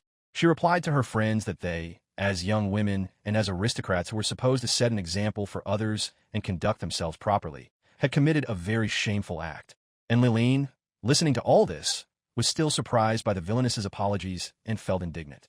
But then she thought about it, and she wondered if this might be a way for her to get on the Crown Prince's route. Fairy stood silently, wondering why Charline was apologizing now, and whether she hadn't already repented during her suspension. Meanwhile, Charline addressed Lady Fairy Lamist respectfully and curtsied to her, saying that her friends had dragged her into this as well. She then politely offered her apologies. Fairy was taken aback and asked the girl to lift her head. Charline raised her head and told Fairy that she'd heard she'd even been under suspicion for a while, and declared that she was entirely to blame for everything, asking for forgiveness. Fairy waved her hands and replied that everything was fine. The girl thought that, if you really looked at it, Charline hadn't done anything wrong. After that, Charline thanked Lady Fairy for her forgiveness. Fairy turned to her husband and remarked that Charline was a very sweet girl. She told her husband that she'd like to be friends with her. Muse didn't object and was open to the idea, replying that it would be nice for them to become friends. Fairy was even surprised by this, as if her husband could read her mind. She turned to the sad and sorrowful Lady Charline and said that it might be rude to talk about it right now, but if she didn't mind, Fairy would like to ask her to be friends with her. Charline was immediately surprised and even a little scared, so she asked the girl to repeat herself. Lillian heard this and realized it. Fearing that the villains were teaming up, she assumed this might be a route where the two of them would plot against her. Had the event started? But Lillian wasn't sure such a route even existed. After seeing Charline's reaction, Fairy thought it really was out of place. But Charline told her everything was fine. She simply explained to Fairy that this was the first time she'd been offered something like this. So she said she agreed, and if she was okay with it, then they were now friends. Charline was surprised that she was going to have a friend. The girls happily held hands. Fairy declared that she was happily on board with everything. Charline could never have imagined that she'd be able to get close to her idol, Lady Fairy, and she felt that, in a way, she'd managed to get closer to her dream. The Rizmon family is one of the oldest and most distinguished families in the country. Because of the overprotective love of her parents, who adore luxury, and her conservative older brother, Charline admits that those around her smothered her with care. Everyone told her as a child that luxurious outfits suited her, but Charline would always have preferred something simpler. Charline's black hair and red eyes, inherited from her mother, a former princess of another country. Although she considers them beautiful, she thinks they make her look like a witch from a fairy tale. She had a stern appearance that even ribbons couldn't soften. Charline loves to spend time in peace and quiet. For example, she enjoys getting lost in romance novels while sitting in the sunshine. Although Charline herself realizes that such behavior isn't befitting a lady. She thought that love must be so wonderful. Contrary to her personality, Charline received a brilliant education, comparable to that of members of the royal family. Because of this, the girl was nicknamed the Black Rose Princess of Rizmond. The maids who serve Charline are, for the most part, from modest families with low-ranking titles. And she always believed that she should be a shield for them and protect them. Time passed, and 3 years ago, at the age of 15, after enrolling in the academy, Charline saw Lady Fairy and her friends as if they had stepped right out of the pages of her dreams. Charline was certain that Fairy was beautiful. Although they were the same age, Fairy seemed to her like a girl from another world. And the girl longed to meet someone with whom she could be as close as Fairy was to Muse. The following year, Charline's fiancé turned out to be none other than His Highness Heldrius. After his engagement to the second princess of a neighboring country fell through due to the political situation, that position had remained vacant for some time. Charline was certain that if His Highness still held that princess in his heart, she would be surplus to requirements. That thought caused her pain. However, her fears proved unfounded, and the problem lay elsewhere entirely. His Highness was completely indiscriminate in his relationships with other women. Charline had spoken to Mr. Heldrius on more than one occasion, warning him that his frivolity made those around him uncomfortable, even when he was simply socializing with the maids. Heldrius replied that he believed one should be courteous to girls. Judging by her reaction, he assumed she was jealous of him, and he said he liked it when a girl was jealous of him. Charline wasn't happy about that. She couldn't for the life of her understand what kind of man he was or what was wrong with him. After all, he was the crown prince. However, in public, he always presented himself as an exceptionally competent ruler. Prince Heldrius did not abandon the poor to their fate. Instead, he increased the number of jobs, which led to a decrease in crime. He introduced a foreign sewage system with wastewater treatment and facilitated its timely implementation. Charline believed that it was only thanks to His Highness that the amenities people needed had appeared all around them. One day, he invited Charline on a short 2-day trip. The prince told her that he was planning to go on an inspection tour to the coastal town of Nispana. He wanted her to accompany him. When Charline read the letter, she immediately realized it was just like in the books, an invitation on a date, and that, despite his busy schedule, he had set aside time specifically for her. In Nispana, Crown Prince Heldrius invited Charline for a walk around town, but girls kept approaching him one after another. They all greeted him, chatted with him, talked to him, and flirted with him. Heldrius didn't mind any of it. At some point, he stopped paying any attention to Lady Charline altogether. The prince was telling one girl that she had beautiful hair, and the thought that she, such a lovely lady, might be thinking of him. He couldn't allow himself to entertain such a hope. Suddenly, Heldrius left with this beautiful stranger, and Charline, trying to call His Highness back, couldn't. So she went back to the hotel alone. 3 hours later, Heldrius returned to the hotel to see Charline and scolded her for leaving on her own, considering it a cruel act. Charline didn't want to pay any attention to him and replied that he had been having a good time there himself with others. She thought that meant he didn't like her. Heldrius wanted to say something in his defense. He told her that it was rude not to be courteous to women. He considered it a gentleman's duty. After that, he laughed and told Charline that she was cute when she was jealous of him. Charline was offended. She found it repulsive and called Heldrius a lecher. Since then, she's kept her distance from His Highness. Once at the academy, Mr. Hugo approached Charline and addressed her as. He offered an apology on behalf of Mr. Heldrius, but the girl no longer paid any attention to the prince. She was merely surprised that Hugo would even apologize on his behalf. Charline jokingly replied to Hugo that his future fiancée would surely be very happy. Hugo remained silent, and over the past few days, after observing the situation, Charline was convinced of this once again. His Highness Heldrius was kind to all the female students, not just Liline. Charline understood that she had her own problems, but the prince was a good guy too. Muse was talking with Fairy's wife in the lecture hall. He believed that Heldrius's behavior was an act, but even so, it made him sick to his stomach. Fairy was concerned about the situation with Liline, but she really wanted to become friends with Lady Charline. She felt that since returning to the academy, the girl had been keeping to herself.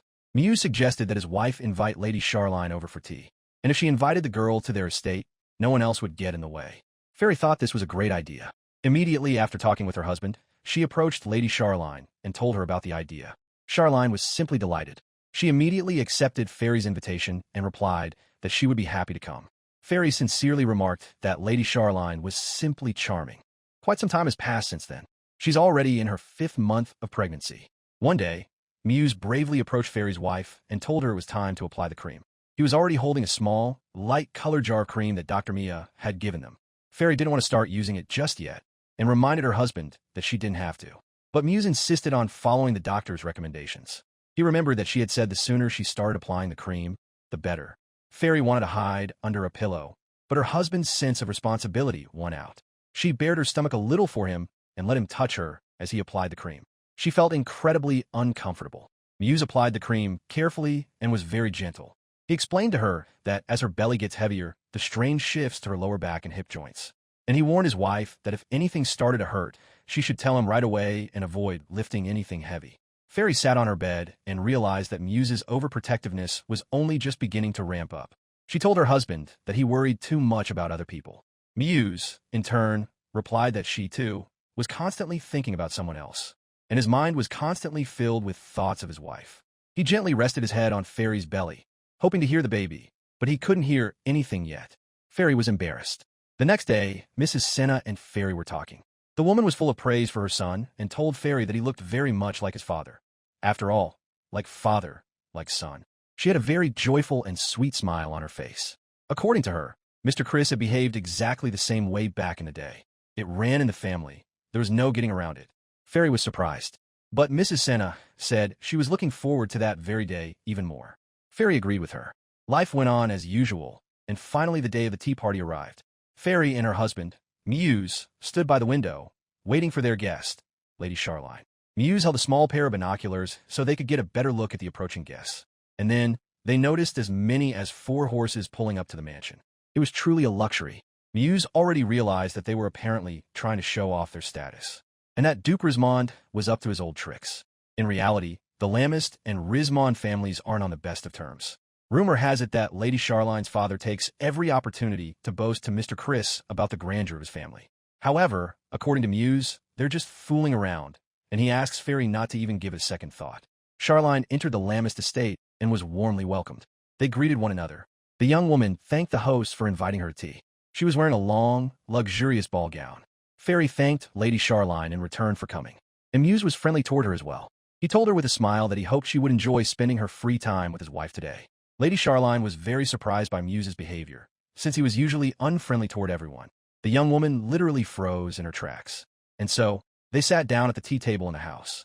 The table was already set with cups of tea, plates of sweets, and other treats. Lady Charline was charmed by the lovely cup into which her tea had been poured. Moreover, in her opinion, the tea had a very soothing aroma. Fairy replied that her father-in-law, Mr. Chris, had ordered this tea especially for the tea party. Charline looked around and added that even the interior of their estate was very soothing, and that it was simply wonderful. It was very different from her own home. Charline explained that her parents had absolutely no taste, and they only wanted things that were garishly luxurious. Fairy was a little embarrassed and surprised. Charline continued her story. She said with a sad look that as soon as she told her parents she'd been invited to a tea party, they immediately started giving her unsolicited advice. And today was no different. Suddenly, after hearing the girl's story, Fairy apologized and said she had a question. She asked Charline how long it took her to do her hair like that. Charline's hair was down but styled into neat, beautiful curls, tightly coiled, and she wore a headband with short, styled bangs. The girl replied that it took her about 2 hours to do her hair like that, and she did this every morning. Fairy was very surprised by this and was even in shock. Charline shared her feelings with her. She explained that, despite all this, she prefers simplicity in everything. And, in her opinion, spending so much time on her hair in the morning is simply a waste. She even found it funny, but Fairy thought that was just her style. It turned out that Charline was simply adapting to her surroundings. After that, Fairy decided to change the subject and asked Lady Charline if she was really the fiancée of Crown Prince Heldrius. The young woman neatly cut a slice of berry pie with her fork. Charline was clearly uncomfortable talking about her fiancé, but she answered in the affirmative. Fairy noticed how the mere mention of Prince Heldrius made the girl cringe. She decided to ask, assuming that she didn't like him. At that point, Lady Charline decided not to hide the truth and answered honestly. She admitted that she would be only too happy to call off the engagement, and sometimes she seriously thinks about it. After a brief, awkward pause, Charline decided to ask Fairy what she thought of womanizers. Fairy was a little taken aback, but she told the girl that she couldn't stand men like that, and Charline agreed with her. According to her, Heldrius was a very problematic person. Charline took a sip of tea from her cup, folded her hands, and told Lady Fairy in a kind voice that she had always admired her and Muse as a couple. Fairy was even surprised by this. Charline explained that ever since she'd entered the academy, she'd noticed how close the two of them were to each other. To Charline, they were the embodiment of the ideal couple. And then Fairy realized, much to her dismay, how she and her husband must have appeared to others. Fairy spoke up and told the young woman that she agreed with her. In her opinion, His Highness might indeed be a bit frivolous at times. She asked Charline if she felt the same way, and Charline replied that he really is like that sometimes. But she immediately thought better of it and decided that it had been rather unkind of her. Charline smiled awkwardly and explained to Fairy that whenever she was around her, she couldn't help but chatter non-stop, completely forgetting her manners. Fairy replied that she was very pleased to hear that, and since it was just the two of them there, Fairy let the girl feel completely at ease. In that case, Charline turned to Fairy with a request. She asked to be called Shul. Fairy saw how cute Shul was and didn't object. In response, the girl asked to be called simply Fairy. They thanked each other and laughed. After that, Shul admitted that, speaking of the prince, she was also at fault in Lady Liline's eyes. Shul hoped that Liline would do her best and be able to win Lord Heldrius's heart. And then Fairy realized just how much Heldrius hated Shul. Shul admitted that, if it came down to it, she would even pay out of her own pocket just to have Heldrius taken away. In Fairy's past life, this was called giving him away, tied with a ribbon. Shul recalled that the girl had also had a marriage of convenience and asked about it. And Fairy replied that yes, that was true, and that it all started with her father's business. And now, as Shul was convinced, there was pure adoration between Fairy and Muse. In her opinion, it was very romantic. She asked Fairy how she was feeling. After all, she's pregnant now, such an important time. Fairy didn't complain and replied that she felt great and that everything was fine with her right now. Shul praised the young woman, saying that she was studying while pregnant, so Fairy was very diligent. Fairy explained that it was simply because, in her case, her morning sickness had been mild, and if Fairy had followed the world's common sense, she would have dropped out of the academy as soon as she found out she was pregnant and calmly prepared for childbirth, and that would have been more natural. But then memories of her past life came flooding back, and she couldn't trust Muse. She wanted to at least get an education for the sake of her future. But lately, Fairy suddenly decided to ask her friend Shul what kind of guy she liked. She'll nearly choked on her tea right then and there. She asked Fairy not to laugh. Fairy promised to take it in stride.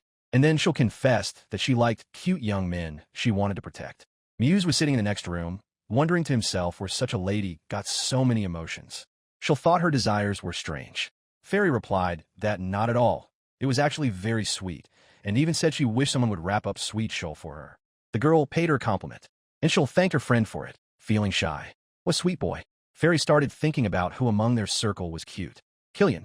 Although, in Fairy's opinion, he was quite the schemer in the story. She suggested him to Charline. Suddenly, Sheol reacted sharply and far too strongly to her friend's comments about Mr. Killian. She didn't want to hear or say anything about him. Sheol even declared indignantly that she didn't know any nice guys. Fairy noticed that her reaction was too strong and intense. Sheol didn't want to show any sign that she was embarrassed or flustered, and replied to Fairy that she didn't feel a single bit of emotion. But Fairy wasn't listening. She thought it over and realized that Charline and Killian would make a good couple. And yet Fairy was convinced that disregarding a girl like Sheol was simply unacceptable, and that Prince Heldrius was behaving outrageously. She'll calm down and sipped her tea. After that, she decided to secretly share some news with her friend Fairy and asked her not to tell anyone. It turns out that His Highness Heldrius had recently invited Sheol to go out somewhere, just the two of them. Fairy was very happy, surprised, and asked when they were going. Charline replied that it would probably be next week. Fairy reacted so loudly to the news that a maid came running over. Sheol immediately asked her friend to keep her voice down. Fairy apologized and admitted that it had just slipped out, but she was so curious. Sheol explained that Heldrius usually didn't pay her any attention at all, but the other day he suddenly showed up without warning. He said something along the lines of asking her out on a date. Sheol turned him down at first this time too, but then she remembered that they were engaged, yet hadn't done anything befitting a fiancé and fiancée. This time, Heldrius suggested that she'll spend more time with him from now on. He remembered too. Sheol was outraged. She told Fairy that they had gone for a walk together once before, but he had started flirting with another woman right in front of her. And then she got terribly angry, calling her fiancé a lecher. Fairy thought this was beyond belief, and replied that such behavior would make anyone angry. All of this was very upsetting to Charline. Fairy believes that Heldrius's actions are completely unpredictable. Since he came in person to ask Sheol out, maybe, at least this time, things will go well for them. Sheol was also really hoping for that. She told Fairy that if it happened again, she would tell him exactly what she thought, in the harshest terms possible. The girl asked if she would be willing to listen to her, if necessary. And she smiled. Fairy agreed, and Sheol thanked her for it. Charline asked Fairy if Muse was still her ideal, and the girl replied that she was. It couldn't be any other way. Sheol replied that she was lucky, and she admitted that she had always dreamed of love, just like in books. Fairy fell deep in thought. She remembered that one of their classmates was a writer, and that she wrote romance novels. Sheol had no idea and didn't know about this. She was very surprised by this information. She declared that she simply had to meet her. So Fairy suggested that the three of them have tea together next time. The girl promised to ask Ariza what she thought. Charline replied that she couldn't wait, and was surprised that there would even be a next time. Meanwhile, Muse was waiting in the next room for his wife and her friend to finish their tea party, and he noticed that they were taking a while. He thoughtfully examined the shelves and the books on them. After a while, Lady Charline finally left their home. The tea party was over. Fairy and Muse met in the living room to discuss everything. Muse told his wife that he'd noticed that, in his opinion, Lady Charline was sweet and seemed very happy. Fairy agreed with him, but shared her concerns. She was worried that Lady Charline might get hurt again, and she didn't want that to happen. Muse replied that he, too, had heard about her past date. He said that, according to reports, Hugo had been furious at Prince Heldrius's actions when he found out what had happened. Fairy hadn't expected to hear Mr. Hugo's name. Muse confirmed it, adding that Hugo had been in love with Lady Charline for a long time. Fairy thought Hugo had a fiancée, but her husband replied that the young man didn't have anyone. He explained that there had indeed been talk of an engagement with a certain count's family, but everything fell through because Hugo flatly refused. At that point, Fairy paused to think and realized that the situation was different from the game once again. Muse didn't understand why this surprised his wife so much. Then Fairy came to her senses and decided not to let on, replying that there really wasn't anything strange about it, after all. In reality, in the game, Hugo was supposed to have a fiancée by this point. But now Charline is interested in Killian, while Hugo is hopelessly in love with Charline. And what about Heldrius? Fairy sat there looking very pensive and puzzled. Muse asked her about it, and guessed that she was thinking about Hugo. But Fairy replied that she was thinking about Charline. Her husband hugged her tightly to calm her down, and he wasn't offended at all. Meanwhile, Crown Prince Heldrius was sitting in his estate, marking the date of their meeting on the calendar. It was supposed to be next week. Heldrius was talking to Hugo. Hugo wanted Heldrius to start being honest with her already. He asked, does the prince really want Charline to keep hating him? The guy said that he needed to sincerely confess his love to his fiancée and prove it through his actions, and to stop acting so frivolously, because Hugo felt very sorry for Charline. Heldrius found it amusing that everyone kept lecturing him. And, come to think of it, he himself had fallen in love with Charline at first sight. As a child, Heldrius was sent to the Rizmond family's villa to recover his health. From the window, he saw Charline in the garden of the main estate. She was very sweet and restless. At that time, she became a real source of comfort for Heldrius. One day, they happened to meet by the fence. Little Charline was frightened by Heldrius, a stranger to her, and turned to him. She asked who he was and what he was doing at their villa. At first, little Heldrius didn't know how to answer. But then Charline realized that he was a guest of her family. She greeted the boy, introduced herself, saying her name was Charline, and asked what his name was. Heldrius looked at the girl and was sure that she was truly sweet. But he knew that members of the royal family shouldn't just blur out their names. So in the end, Heldrius introduced himself as Hugo. He said the first thing that came to mind, his friend's name. Charline asked Mr. Hugo if he wanted to play with her. They continued to talk through the bars of the iron fence. Heldrius had given a false name to hide his identity, and they began spending time together. One day, little Heldrius was walking down the hallway of their estate. Behind a slightly ajar wooden door, he overheard an interesting conversation among the maids. One was telling the other the latest news and gossip about Lady Charline. All sorts of things were happening. Heldrius decided to peek through the door and eavesdrop on the conversation that interested him. One of the maids said there were rumors that someone might try to take the life of little Lady Charline. They considered this a particularly cruel act towards such a lovely girl, and that the intrigues were never-ending. Charline? An attempt on her life? Why? Heldrius had many questions and didn't know what to do. He felt very sad for his friend. He began to think it was because he was here, because he was a prince. The boy was certain that Charline was in danger because of him. And to protect the girl, Heldrius realized that no one must find out about his feelings for her. And if he flirted with other girls, he'd be able to hide everything. A heavy price to pay for Charline's peace of mind. That's what the boy used to think. To sincerely confess his love, that's what it meant. And so, the day of their date arrived. Heldrius invited his fiancée for a walk in the town near the castle. There were a lot of people around. To make sure they didn't get lost, Heldrius suggested that Charline and he hold hands. The girl wasn't exactly thrilled about this. Rather, she viewed the gesture with suspicion. But the prince seemed quite friendly. He asked his fiancée if she remembered the day they first met. Charline thought he was talking about the day they got engaged, but he explained that wasn't it. They had met much earlier. Charline wasn't quite sure what that meant. She was surprised and asked for the date. They sat down on the grass under a tree in the park and continued their conversation. Heldrius explained that it had been when they were both 6 years old at her family's villa. He hoped that with this reminder, she would be able to remember and understand. The boy admitted that he had introduced himself as Hugo back then, but he was the boy Charline had been reading books with in the garden. Charline was in shock. She asked, wasn't Mr. Hugo vacationing at the villa back then? It didn't add up in her mind. She began to recall the image of that boy. He was blonde with violet eyes. And then it finally dawned on her that it was His Highness. The prince confirmed it. He told her that it was him, and that he had loved Charline from the very first time they met. The young man confessed his love to his fiancée and looked tenderly into her eyes as he took her hand. Charline was utterly surprised. After Heldrius's confession, Charline was beside herself. She asked the prince many questions and couldn't believe that His Highness loved her. The girl, looking terrified, asked what he was talking about and begged him not to tease her anymore. The prince laughed, but Charline insisted that she was completely serious. Heldrius hadn't even expected her to take it so seriously. He told his fiancée that he understood she had every right to be disappointed in him. He explained that he had a reason for pretending to be a frivolous fool for so long. But simply being near Charline had given Heldrius enough happiness to last the rest of his life. Therefore, the prince would allow her to break off their engagement if she so desired. Charline replied that it wasn't fair to say that. Her eyes were already brimming with tears. She explained that she didn't know what the prince's reason was, but she believed he should have played his part through to the end. Besides, Charline told him that she wouldn't turn her back on him over such a trifle. Heldrius was at a loss. He wanted to object and respond to his fiancée, but she even started yelling at him and getting upset. Charline said that this was completely out of character for him, and the girl realized that, apparently, the image of a self-assured and wealthy crown prince, whom the ladies so admired, was just an image. Heldrius felt very guilty. Charline pointed out to him that he had been confidently and ostentatiously displaying his frivolity. The young man didn't even try to defend himself. He knew he was at fault. and Charline couldn't understand where the young man's nobility had gone, the very quality that made even this flaw seem graceful. Heldrius was in shock, and then he realized what his fiancée thought of him, and he was a little indignant. Charline genuinely didn't understand what he was talking about. The prince reminded the girl that she had, in fact, previously complained that they weren't behaving at all like a real fiancé and fiancée. So Charline replied that instead of other girls, Heldrius should be courting her. The guy agreed with her.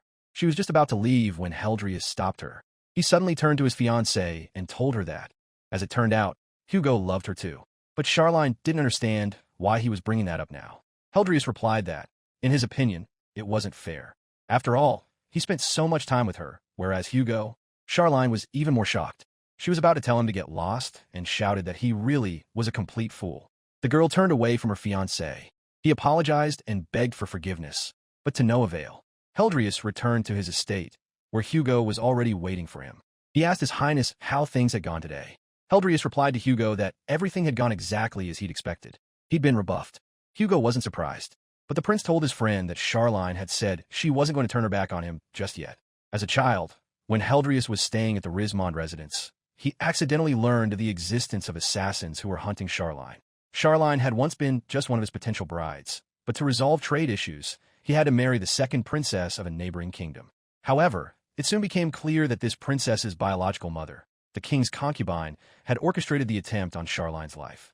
The concubine was imprisoned and poisoned. The engagement to the second princess was broken off. There was no longer any threat of intrigue, but at the time, Heldrius wasn't entirely sure of that. At the time, the prince blamed himself terribly and didn't know what to do to protect the person dear to him. While he was tormented by these thoughts, a turning point arrived. One day, Heldrius's uncle came to visit him. He was pleased to see how much his nephew had grown and greeted him warmly. Heldrius admits that he won't hide the fact that his uncle, who easily seduced one woman after another, was very frivolous. And the young prince was convinced that if he also courted many women, no one would guess who his true beloved was. Deep down, this repulsed him. Heldrius learned to behave like a frivolous crown prince. One day during his childhood, Hugo, his longtime friend, came to see him. He asked if he was feeling better, and did he know a girl named Charline? Heldrius was surprised that Hugo knew her back then, too. And little Hugo told his friend that he had recently gone with his father on a courtesy visit to an estate where he had met her. And Hugo hadn't expected his friend to introduce himself by his name. He found out everything. At the time, Charline was very surprised that the second boy was also named Hugo, just like the first one, who was actually Heldrius. And little Prince Heldrius apologized to his friend for that. The boys went into the living room to continue their conversation. Hugo replied to his friend that there was nothing to be done about it now, and that he understood the boy was, after all, from the royal family. Hugo had figured it all out right away, which is why, when they met, he told Charline that it had been him playing with her that time as well. Heldrius was surprised and asked why. Hugo explained to him that, for his own safety, the prince had to conceal his identity. So, to keep the lie from being exposed, he told the girl that he had simply changed his appearance using magic, and she believed him right away. Hugo added that Charline was so naive that he was actually worried for her. Heldrius was shocked and didn't understand why the boy had told her that. Hugo said that Charline was very important to him and that he himself didn't want to lie to her. He moved closer to his friend, apologized, and suggested they go together to ask for her forgiveness. Heldrius was very sad and anxious. 10 years later, thanks to renewed talk of an engagement, he and Charline got back together, but Heldrius made her angry. His behavior drove Charline crazy, but for him, she was the only meaning in his life. The prince wanted to get closer to her, so under the pretext of an inspection in Hispana, he invited Charline on a date. And that girl, the prince didn't like that she always approached him in disguise and struck up a conversation. And it happened to be the very day he was able to go on a date with Charline. To uncover the identity of this suspicious person, he decided to accept her invitation. She had long ago been the second princess of the neighboring kingdom of Asheri, whose engagement to Heldrius had been broken off. That day, they sat indoors and talked. Asheri was sad and poured her heart out to the young man. The prince asked her why she was there, and she explained that she was there because she hoped the prince would at least take her as a concubine. She had been ordered to give herself to him. Asheri thought this was ridiculous. She explained that after her mother's death, she had fallen into disgrace in her homeland and had no choice but to obey this order. Heldrius hurried to resolve the situation and return to his fiancée. But Charline, feeling hurt, told him he was repulsive. And the prince didn't dare tell Charline the truth. The inspection was cancelled, and the rift between them only grew wider, since he had no way to set things right. Musa told him this, too. If you want to protect the one you love, protect her with your own hands. This opened Heldrius's eyes to the fact that there was another way. Hugo considered this a more conventional approach, but it hadn't even crossed Heldrius's mind. The prince turned to his friend Hugo and told him that he, too, had confessed his feelings for Charline to her.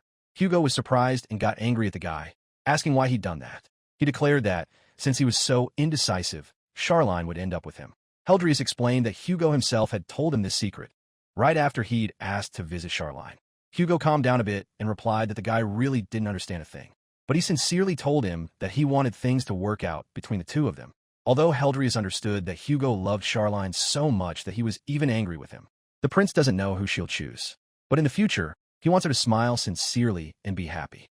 The next day, at the Lammas mansion after classes, during tea with Fairy, Charline, Heldrius's fiancée, told her friend everything. She told her that His Highness had confessed his love to her, and it seemed that, due to circumstances, he had been pretending to be a womanizer all this time, to the point where it had become a habit. And Charline realized that it had all been an act. She believed that, in reality, he was just a coward who couldn't even confess his feelings to her. And Heldrius himself had told her exactly that. He also added that Hugo had feelings for her as well. Fairy wasn't surprised and replied that she had known it all along. Shul, on the other hand, was surprised by her friend's reaction. Fairy admitted that Muse had told her a little something about it. Charline asked her to share it with her and tell her more, but Fairy replied that she couldn't because it was a secret. Well, Charline didn't press the issue either. Fairy asked her what she had said to His Highness. The girl admitted that she had scolded him, because if he believes it was against his will, then it would be logical for him to make amends in the future. If Shul were in his place, that's exactly what she would have done. She sat across from Fairy looking very sad, and she thought the guy was speaking as if he'd already decided she would call off the engagement. Fairy replied that His Highness was a wimp. Charline didn't know the meaning of that word and thought it referred to something soft. Fairy explained that it wasn't what the girl imagined. It means a weak-willed and spineless person. Charline thought that was awful, but then she agreed with her friend's opinion after all. However, she admitted that she realized she wasn't making an effort to get to know him better herself. So Charline decided to try getting to know him, for starters. Fairy told her friend that she was incredibly cool and very sweet, and broke into a smile, and that His Highness had a sharp tongue. Charline replied that Fairy was the only one who said things like that to her. She added that this might be because of her appearance. Because even if Shul makes a mild remark to someone, everyone is immediately afraid of her. Fairy sat there looking quite surprised and sipped her tea. She replied that she was the same way, and that if she wasn't careful, people would start to fear her right away. Charline was surprised by this too, since she hadn't thought of it that way. Fairy smiled and told Charline that she was a wonderful girl. Her favorite was an angel again today. Charline smiled too and sincerely thanked her friend. Some time had passed since that meeting. Fairy was now safely into her 6th month of pregnancy. One day, Muse was talking to his wife and suggested they order a crib already because he thought it was time. They were sitting on the couch in the living room. Fairy thought it was still a little too early, but Muse genuinely believed it was already a bit late. In fact, almost immediately after Fairy moved in with Muse, he had suggested they start buying things for the baby. She refused at the time, since their relationship hadn't stabilized yet. She thought it was worth waiting a little longer. Besides, they already had plenty of clothes. But she was now in her 6th month of pregnancy. In this world, aristocrats most often entrust the upbringing of their children to wet nurses. Fairy would have liked to take care of the child herself, but she couldn't quite bring herself to say so. After all, Muse had already granted so many of her requests. They started looking at children's furniture and cribs and magazines. Muse suggested getting an unpainted crib and was considering walnut wood. Fairy replied that her husband's taste was better than hers anyway, and told him she was relying entirely on him. He asked her where she'd like to put the crib. Fairy asked why he was asking that. Muse explained that he assumed she would be the one raising the child. So if they wanted to create an environment where it would be comfortable to spend time with the baby, he suggested that she put the crib in their room. He asked if she minded, and he said he'd help her as much as he could, too. After all, if the two of them couldn't manage on their own, they could always ask others for help. Fairy was delighted and replied that her husband seemed to be reading her mind. Muse was surprised and said that sometimes she used very strange words. But what mattered much more to him was that she had started addressing him informally, as an equal. Fairy hugged him and thanked him warmly. She said she was very happy to have Muse in her life. The guy replied that he was the one who should be thanking her, and hugged her tightly in return. After all, if he hadn't met her, he probably would never have known what it was like to love someone. He thanked Fairy for being in his life, and they melted into a tender kiss. A little later at the academy, after some time had passed, Lady Negan began to hang around and approach His Highness Heldrius. She wanted to propose something to him, but didn't get the chance. Because Heldrius immediately set clear boundaries. He told her that he already had a fiancée, so such matters made him uncomfortable. He apologized to her and said it was time for him to leave. Lillian was confused. She didn't understand why even Heldrius had turned away from her so abruptly, and she was sure that the villainess must have told him something, referring to Fairy. She walked into the auditorium where Muse and Fairy were sitting. Muse noticed the girl and warned her that if she pulled any more stunts, this time he'd crush her, leaving no stone unturned, and called her a witch. She replied that he'd already crushed his own textbook. Just then, Hugo walked in. Fairy asked her husband if he was okay and suggested he go wash his hands. And Muse didn't resist. Killian was sitting nearby, and Muse asked him to keep an eye on Fairy while he was away. Killian sat down next to her, apologized, and spoke to her. He admitted that he wanted to ask her something. Fairy was a little scared. Killian explained that he felt like he'd been catching people's glances at the academy a lot lately, and he had this feeling as if he were constantly being watched. Fairy listened to him intently. Then Killian thought for a moment and decided that he was simply going through a sudden surge in popularity. Fairy didn't argue and agreed with him. Killian was even pleased. The girl noticed that, for some reason, Killian didn't seem like a schemer at all in this world. Unlike in a game, he was very positive. Meanwhile, Muse returned to her. Killian remembered and told the guy that the New Year's Festival was coming up soon. This academy hosts an event called the New Year's Festival. Essentially, it's a school festival organized to celebrate the new year and reconnect with alumni. In the route scenario, the characters go together to a haunted house. It's there that you can see Muse smile for the first time. According to Fairy, it was a very touching scene, and she was glad she'd lived to see that moment. And in the route, featuring Crown Prince Heldrius, there was an accidental kiss during the performance. Fairy couldn't remember the rest. Then the teacher in the auditorium told everyone about their project for the New Year's Festival. Their class had decided to organize a charity fair. All proceeds would go to charity, so the teacher asked everyone to bring in items they no longer needed to help set up the fair. And Fairy realized that this meant the haunted house was canceled. Suddenly, her muse tapped her on the shoulder. The girl was startled. Her husband was pointing to what was happening in the hallway. Heldrius and Charline stood there, trying to say something to each other. They stood there, both silent, looking at each other, feeling shy, and they were searching for the right words. Fairy and Muse walked up to the door and began watching the couple. They were urging them to just say it to each other already, and Fairy thought once again that the prince was a wimp. It drove her crazy. And then Heldrius barely managed to ask his fiancée to go with him to the New Year's Festival. Together. At that moment, the prince's speech became slurred. Charline asked if he was all right, and the prince admitted that he'd bitten his tongue. The guy asked what her answer was, and Charline quickly agreed. Muse and Fairy came out to join them. Heldrius shared his joy with Muse and shouted with delight. Suddenly, blood began to flow from the wound on Heldrius's lip. Muse noticed this. Charline immediately took out a handkerchief and began to help her fiancé. Muse decided to help his friend and took him by the arm. He asked Lady Charline to keep an eye on Fairy. Charline told the young man that he didn't need to worry about his wife. Fairy blushed and apologized to Charline on her husband's behalf, explaining that he was simply too overprotective.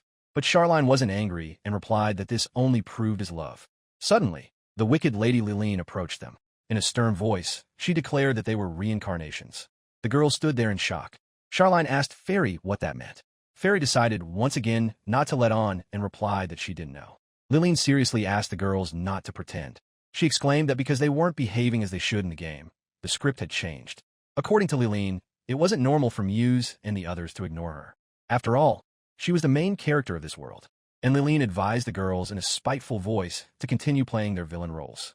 Charline didn't understand which villain she was referring to. She assumed that Liline was referring to their facial features. Liline declared that they were villains simply because they had become the main character's fiancés. Charline explained to Liline that her engagement had been arranged by the royal family, and that Fairy's marriage had been a political one from the start. Liline replied that this was simply how the game was set up, and that it was all just a matter of conventions. Charline asked, what other conventions are there?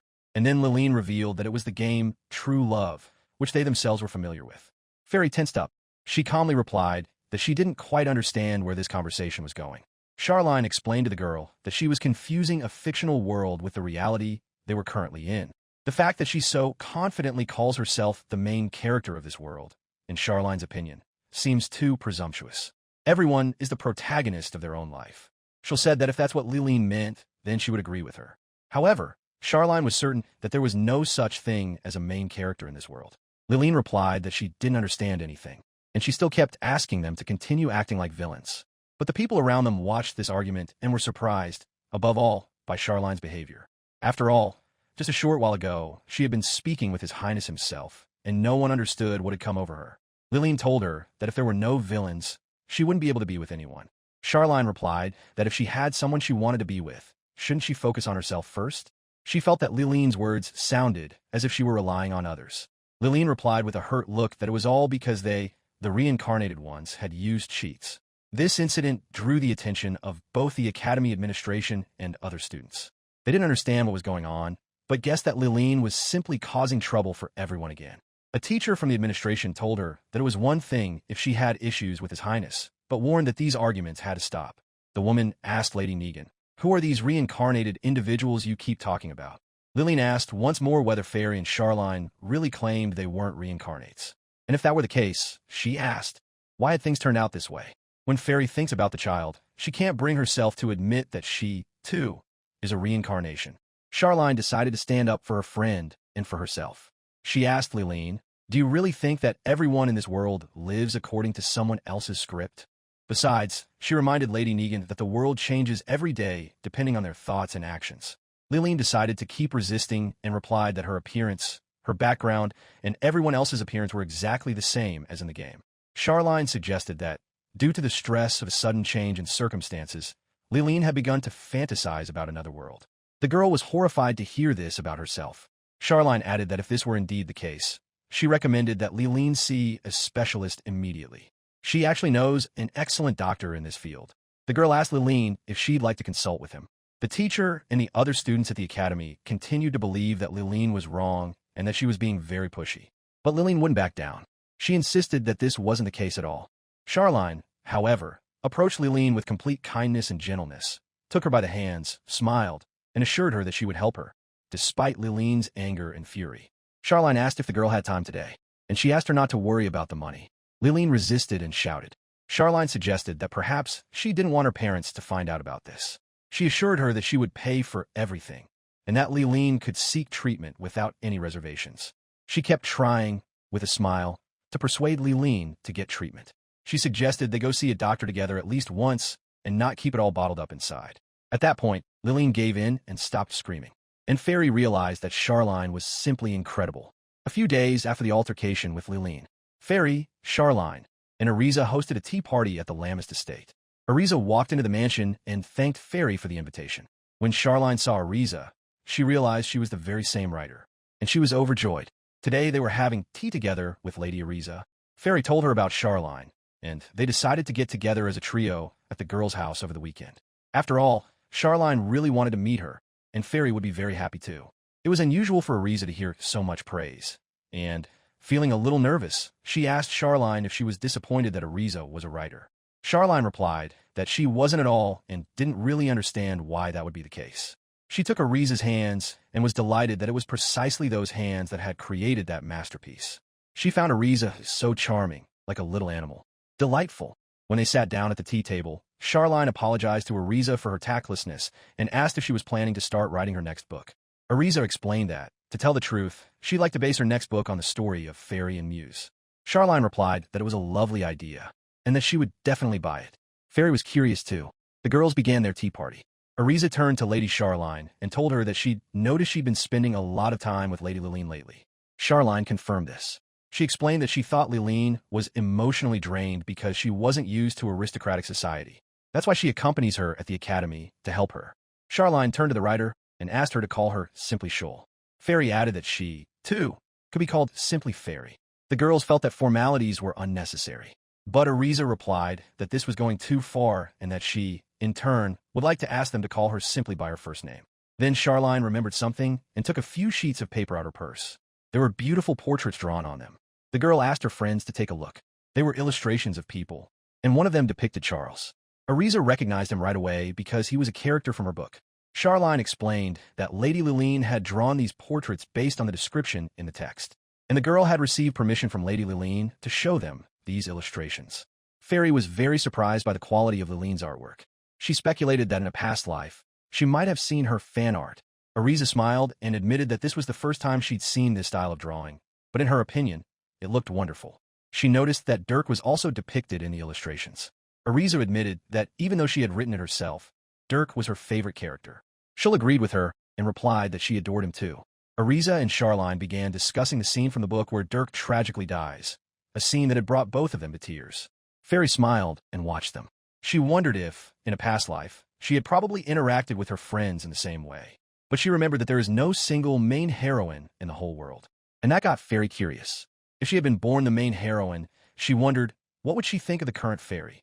Then Ariza turned to Charline and asked for permission to show Lady Lilene's drawings to the publisher. And if Fairy, Lilene, and Charline didn't mind, she'd like to discuss the illustrations for her next book with her. Suddenly, Fairy gasped. Those words startled her. After all, the next book would now feature illustrations by Muse. The girl declared that, in that case, there should be 10 copies on her desk. Ariza realized that Lady Fairy, it turned out, had a passion for collecting. Charline asked her not to pay any attention to it, because Fairy was just bragging about her husband. She said it as a joke. After tea, Fairy and her husband Muse did some stretching exercises in their room, sitting on the bed and rolling their shoulders. Fairy told her husband that illustrations for a book about them would be coming out soon. Muse was even more surprised by his wife's reaction. He wondered if the real him wasn't enough for her, which was why she wanted to collect portraits of him. Fairy laughed and said she wanted to look at him all the time. The guy grinned, but Fairy warned Muse that it would be Lilene, that very new artist, who would be drawing them. She thought he might not like that. Muse calmly replied that if his wife wanted it, then he wouldn't mind either. Fairy was very happy about this, and Muse was once again convinced that his wife was a sweetheart. After a short winter break and that tea party for the three of them, the Academy is hosting a New Year's festival today. Fairy's class was at the charity fair. She was standing next to her husband when Ariza approached them. The girl thanked Lady Fairy for her work during the morning shift and told her that her shift was over and she could go rest. She also expressed her gratitude for the excellent materials. Fairy wasn't quite sure what kind of materials she was referring to. Muse, however, thought they were historical ones. After that, he suggested to his wife that they take a short walk. A little later, they arrived at the concert. There, Muse suggested that his wife put on a coat. And, at the jewelry store, they bought matching jewelry for themselves. Later, as they walked past a cafe, they saw Crown Prince Heldrius and Lady Charline inside, sitting at a table and chatting. Fairy saw them, and wondered if Heldrius would be able to properly court his fiancée. Muse reassured her and told her that everything would be fine, because they say he'd had plenty of practice with Hugo. Fairy was shocked by this information. She asked Muse, how exactly? And he explained. Hugo had told Heldrius's friend earlier that he should casually take the girl's hand and then pull her toward him. He told his friend to reach out, pull her toward him, and look her straight in the eyes. Visually, of course, it looked disgusting. Later, in the Academy courtyard, Muse picked Fairy up because there were some small steps beneath their feet. He did this for his wife's safety. Fairy was embarrassed by the stares and whispers of the students around them. They were gushing over the couple and saying that, as always, they were very passionate. But in Muse's opinion, small steps can be unexpectedly treacherous. A couple of months ago, Fairy had tried to gently refuse her husband's offer to carry her. She explained that she had gained some weight, and besides, it was uncomfortable for him to have to look down at her feet. She didn't want him to carry her, but Muse resisted. He told her there was no danger, and he explained that he could walk up the stairs even with his eyes closed. It was no problem for him. Fairy thought of him as a superhuman, practically a hero from a show about the incredible. Muse boasted that, thanks to her, he'd even built up his muscles. Besides, Fairy had always been too light for him to begin with, so everything was fine. And then he got worried that his wife might not like being carried in his arms. Fairy realized that was the charm of it. Just thinking about it now made her flush with heat. As they walked through the Academy courtyard, Fairy turned to Muse and asked his permission to take off her gloves because she was getting a little hot. He replied that she'd freeze right away. She insisted that it was fine because they were holding hands anyway. Muse realized there was nothing he could do about it, so he tucked his wife's hands into the pockets of his coat. It was just like in a shoujo manga. He asked her if she wanted something to eat, and he was right. Fairy's stomach was already growling with hunger. And then she announced that she wanted to try a fruit sandwich, chocolate waffles, a meat pie, seafood pasta, tricolor gelato, a surprise sandwich, and clam chowder. Taken aback, Muse thought it was some kind of magic spell. Fairy's eyes widened.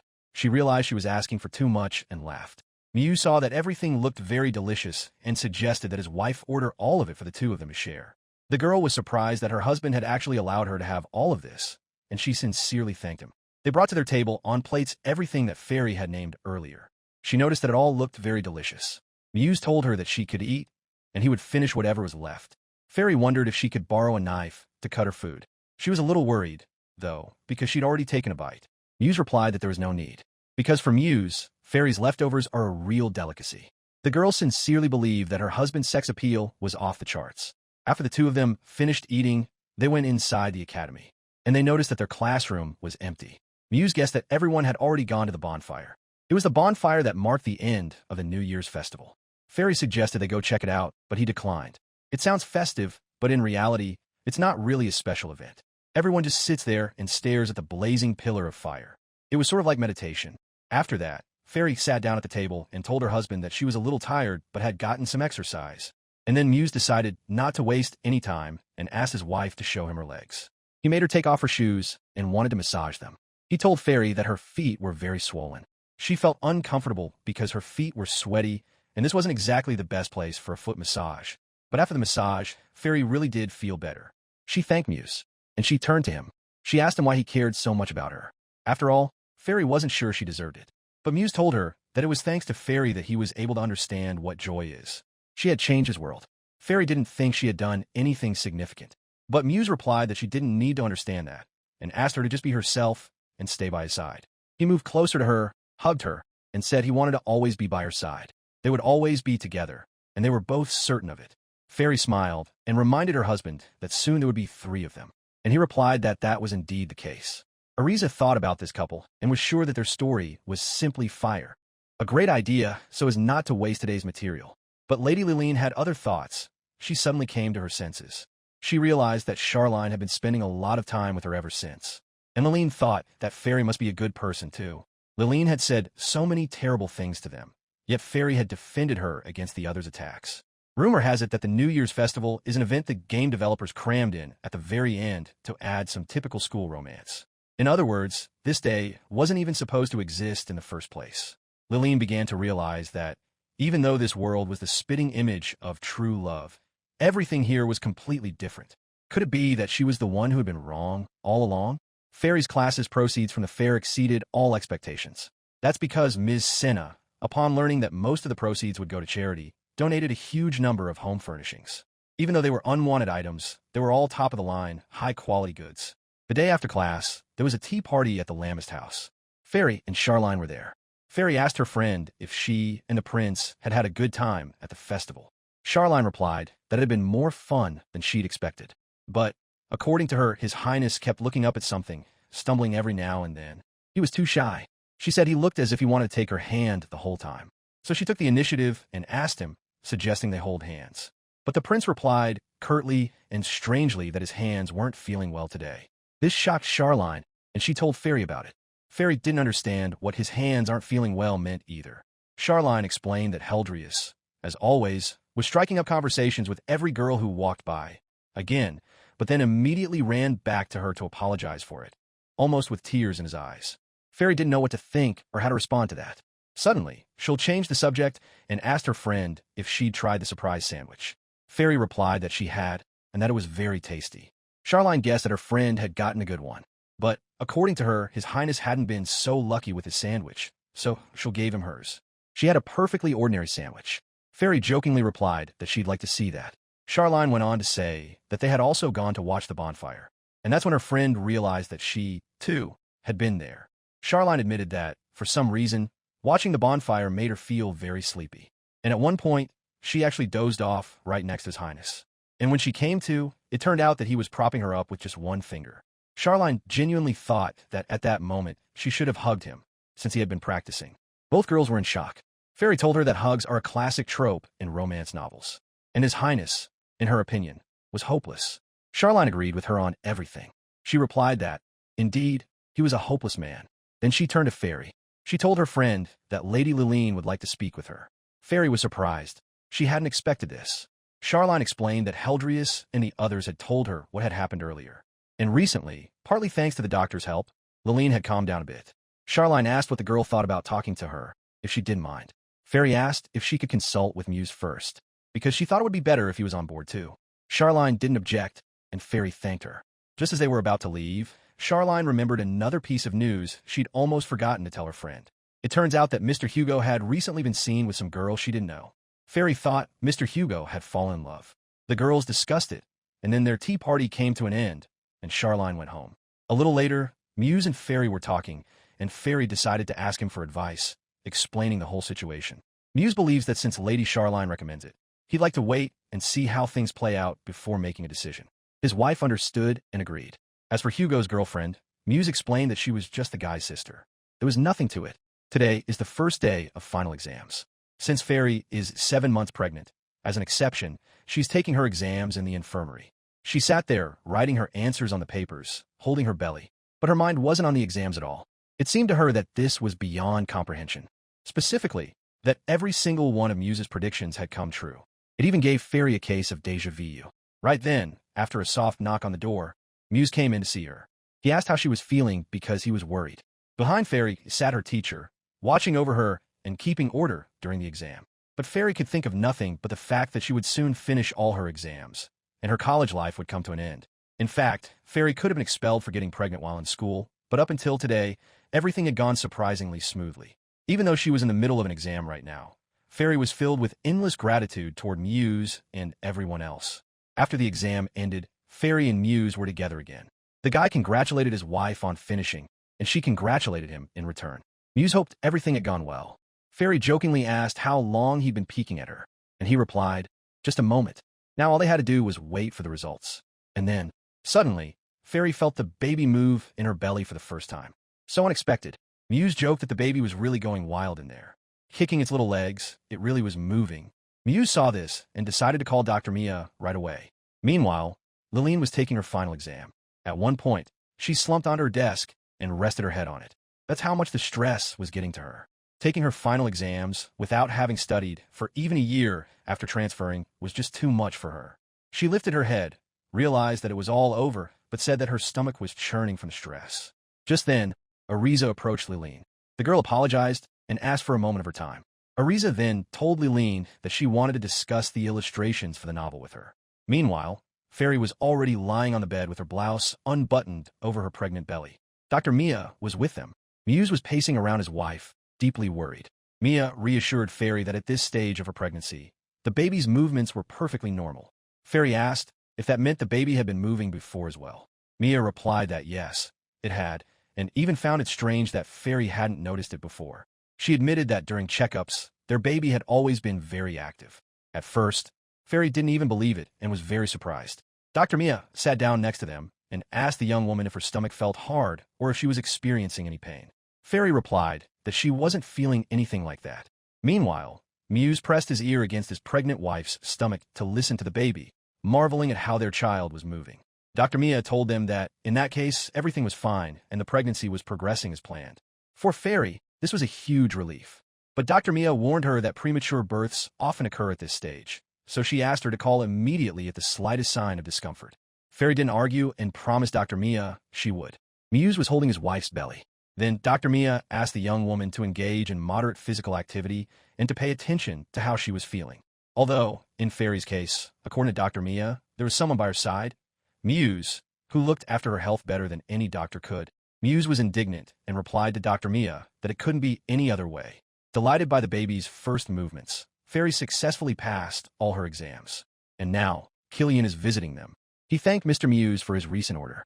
Muse replied that he'd heard Killian had developed a new type of cotton fabric. The young man confirmed this. It all began after lunch on the last day of exams. But there was another man in the room with them, whom Muse had invited. He was a fabric merchant, a friendly, smiling middle-aged man. Muse explained to his wife that she had recently felt their baby move, and he thought it was about time they started preparing the baby's clothes. He gave Fairy a book of fabric samples, but her expression turned strange. Muse thought she didn't like it because the selection was too small, but Fairy explained. The thing was, on the contrary, the selection was very large. But in this world, all these fabrics seemed too rough for a baby's delicate skin. Despite this, the young woman chose one of the samples that would work for them. The fabric salesman replied that her ladyship had a keen eye and was pleased. The fabric Fairy chose had been developed quite recently. It's soft, moderately stretchy, highly absorbent, and breathable. Fairy thought this fabric resembled the gauze from her past life. Muse asked what the fabric was made of. The man replied that it was cotton. But Muse noticed that this cotton was nothing like ordinary cotton. The salesman explained that they had changed the way the threads were woven. This technology had been developed exclusively in the lands of Hendrik. Fairy realized that it had originated in Mr. Killian's family. The salesman was surprised that they knew each other. Muse explained to him that they had all studied together. The man told them that Mr. Hendrik had been looking for distribution channels, and their Merchants Guild had been the first to rush to sign a contract with him. Fairy was surprised by his business acumen. Muse suggested they settle on the fabric they'd chosen. In response, the salesman suggested they choose a design for it. Seizing the opportunity, they decided to invite the designer himself to hear his thoughts. Killian explained that regular cotton is durable but too stiff. And then the young man remembered the cotton wadding that Mrs. Fairy had invented. Killian wondered, why not bring the natural softness of cotton to the fabric itself? They conducted a great many experiments with spinning and weaving. But the young man admitted that there is currently no factory capable of fully replicating the technology. For now, they produced the fabric in tiny batches on the estate. Muse thought for a moment, and he confidently declared that he would finance the construction of a factory. Killian was simply shocked, as he hadn't expected such a move. Muse explained that there was no need to outsource production. He believed it was better to control the entire cycle, from growing the raw materials to the finished fabric.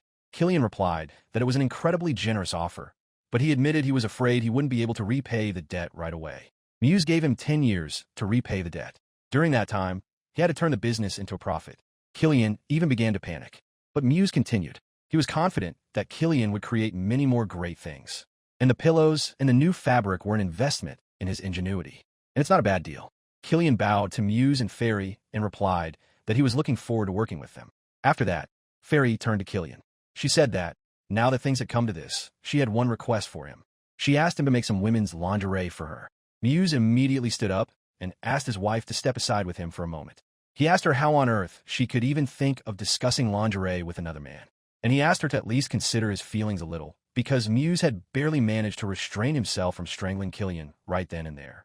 The guy was afraid that Muse would start imagining his wife wearing that very lingerie. Muse was very upset, and Fairy was shocked. She tried to explain to him that her current satin and linen lingerie was too rough for her. According to Muse, it was even embarrassing to show something like that. So he told the girl that he would talk to Killian himself. And then Fairy realized that it seemed they really would come to an agreement about designing lingerie for her. But she thought it would be even more awkward for the two men to discuss such a thing on their own. After that, she remembered that children grow out of their clothes very quickly. And Muse had ordered a whole mountain of clothes back then. She wondered if her husband had thought about that. Meanwhile, she was in her 8th month of pregnancy. Her exams were behind her, and Fairy's college years were about to come to an end. And today, finally, Ariza's novel, in which they served as the inspiration for the main characters, was finished. Liline, Ariza, and Fairy got together for tea to discuss the new book. When Fairy saw it, she was surprised. The cover featured a portrait that looked just like Muse. Ariza felt that they were still as inseparable as ever. The girl wanted Fairy to have the very first copy. Liline sat nearby, looking a little sad. Shortly after the exams, Ariza told Fairy that she wanted to personally present her with an author's copy. This was before the tea party. Ariza spoke with Muse and Fairy and told them that, if they didn't mind, Lady Liline, who had illustrated the cover, would also like to be there. Muse thoughtfully mentioned that he had a visit to the castle planned for that day with his father, but he didn't want to let Fairy go alone. When Fairy casually mentioned this to Charline over a cup of tea, Muse thought her idea was reasonable. Charline suggested that the girl ask His Highness to assign a couple of knights to guard her, so that Mr. Muse would have peace of mind. That's how they ended up here today. Fairy was amazed by the beauty of it all, and asked if Liline had chosen the colors herself, because, in her opinion, it looked very skillfully done. Liline, stammering, replied that she had painted it all by herself, and she asked her to listen. Right then, Ariza asked Fairy if she could use the ladies' room, and she left, leaving Liline and Fairy to talk alone. Liline then turned to Lady Fairy and sincerely apologized for everything she had said and done to her. Fairy was surprised and replied that everything was fine. Liline admitted that this might sound strange, but she had memories from her past life. In that life, Liline explained, she had been obsessed with a certain game. The game's main character was her current self. That's why she had convinced herself that she was somehow special. Liline is currently undergoing treatment on Lady Charline's recommendation. Thanks to this, she's gradually starting to see things differently. Outwardly, according to Liline, both Fairy and the others look very much like those characters, but their personalities are completely different. And this world itself, though it reminds her of a game, has actually turned out to be real. And Liline has finally realized that she is not some kind of main character. She hung her head heavily and admitted that she had behaved absolutely horribly and was sorry for everything. Fairy replied that she accepted her apology and that it was all in the past now. She decided to ask who Liline had been in her past life. Liline replied that she had been an ordinary college student. She loved the game True Love, which was so much like this world, and she liked Mr. Muse the most of all. She often drew pictures inspired by the game. And then Fairy understood and explained why the book's cover had turned out so wonderful. Liline continued and explained that when she finally realized this world wasn't a game, she felt very ashamed and understood that she herself was the real villain. While she was talking to the doctor, a strange feeling came over her. It was as if Liline's past and present selves were merging into one. She knew it sounded like nonsense. Her doctor concluded that it was simply a mental disorder caused by the shock of losing her family in childhood. Liline felt that it was much more complicated than that. But come to think of it, she had considered the Viscounts to be nothing more than supporting characters, and she viewed everyone else exclusively as actors. But Lady Charline, in the girl's opinion, turned out to be very kind. And with Lady Ariza, who wasn't even in the game, they'd created an entire book. Liline finally realized that everyone here has their own soul and personality, and her adoptive parents were genuinely worried about her. All this time, they too had been real people. Liline doesn't want them to be sad anymore. Fairy replied that she had managed to figure everything out and that she had wonderful parents. The girl asked Liline what she thought of Muse now. She was just curious. Liline wanted to answer honestly, and she declared that he was just awful. All she could think about was how he was nothing like she'd imagined him to be. Liline didn't know which path to take, so she tried to flirt with everyone, but she never really fell for anyone. That's why she was so clingy. And after the transfer, nothing significant happened to her in the story. Fairy was very surprised by this. Liline said that almost all the events went against the game's storyline, except perhaps for her encounter with Killian, and the girl realized she should have figured it out back then. Fairy decided to change the subject and asked if she liked anyone right now, and Liline admitted that she'd taken a bit of a liking to her editor at the publishing house. Fairy was delighted and asked what he was like. Liline said he was handsome and had such a kind and gentle look in his eyes. In her opinion, other people always have some kind of pretentious gleam in their eyes. It's almost blinding. This time, Liline wants to achieve everything on her own. Lady Charline's remark that Liline was used to traveling at other people's expense really hurt the girl. Just then, there was a soft knock at the door, and the girls remembered that they'd made Lady Ariza worry. She had come back to them. They started talking about the collection of materials. For Liline, this was her favorite topic. She explained that it was a book containing portraits of characters, their biographies, and secret facts. Ariza thought it sounded incredibly interesting, and Fairy shared that she used to buy them by the stack in her past life. Ariza suggested that her friends discuss this at their next meeting with Mr. Harkins. Fairy was very surprised when she heard his name. Ariza explained that he was the very curator responsible for the book's design. He was the one who supported the idea of an illustration on the cover. Liline felt a little shy. Fairy picked up the book. She turned to Liline and asked if she could have an art book featuring Muse as well, and if Liline would draw it for her. The girls were a little surprised, but then they laughed. They figured that Fairy was a fan of her own husband, and that this was something new. Fairy replied indignantly that it couldn't be any other way. Liline said that if Fairy could provide a simple sketch, she could draw it right away.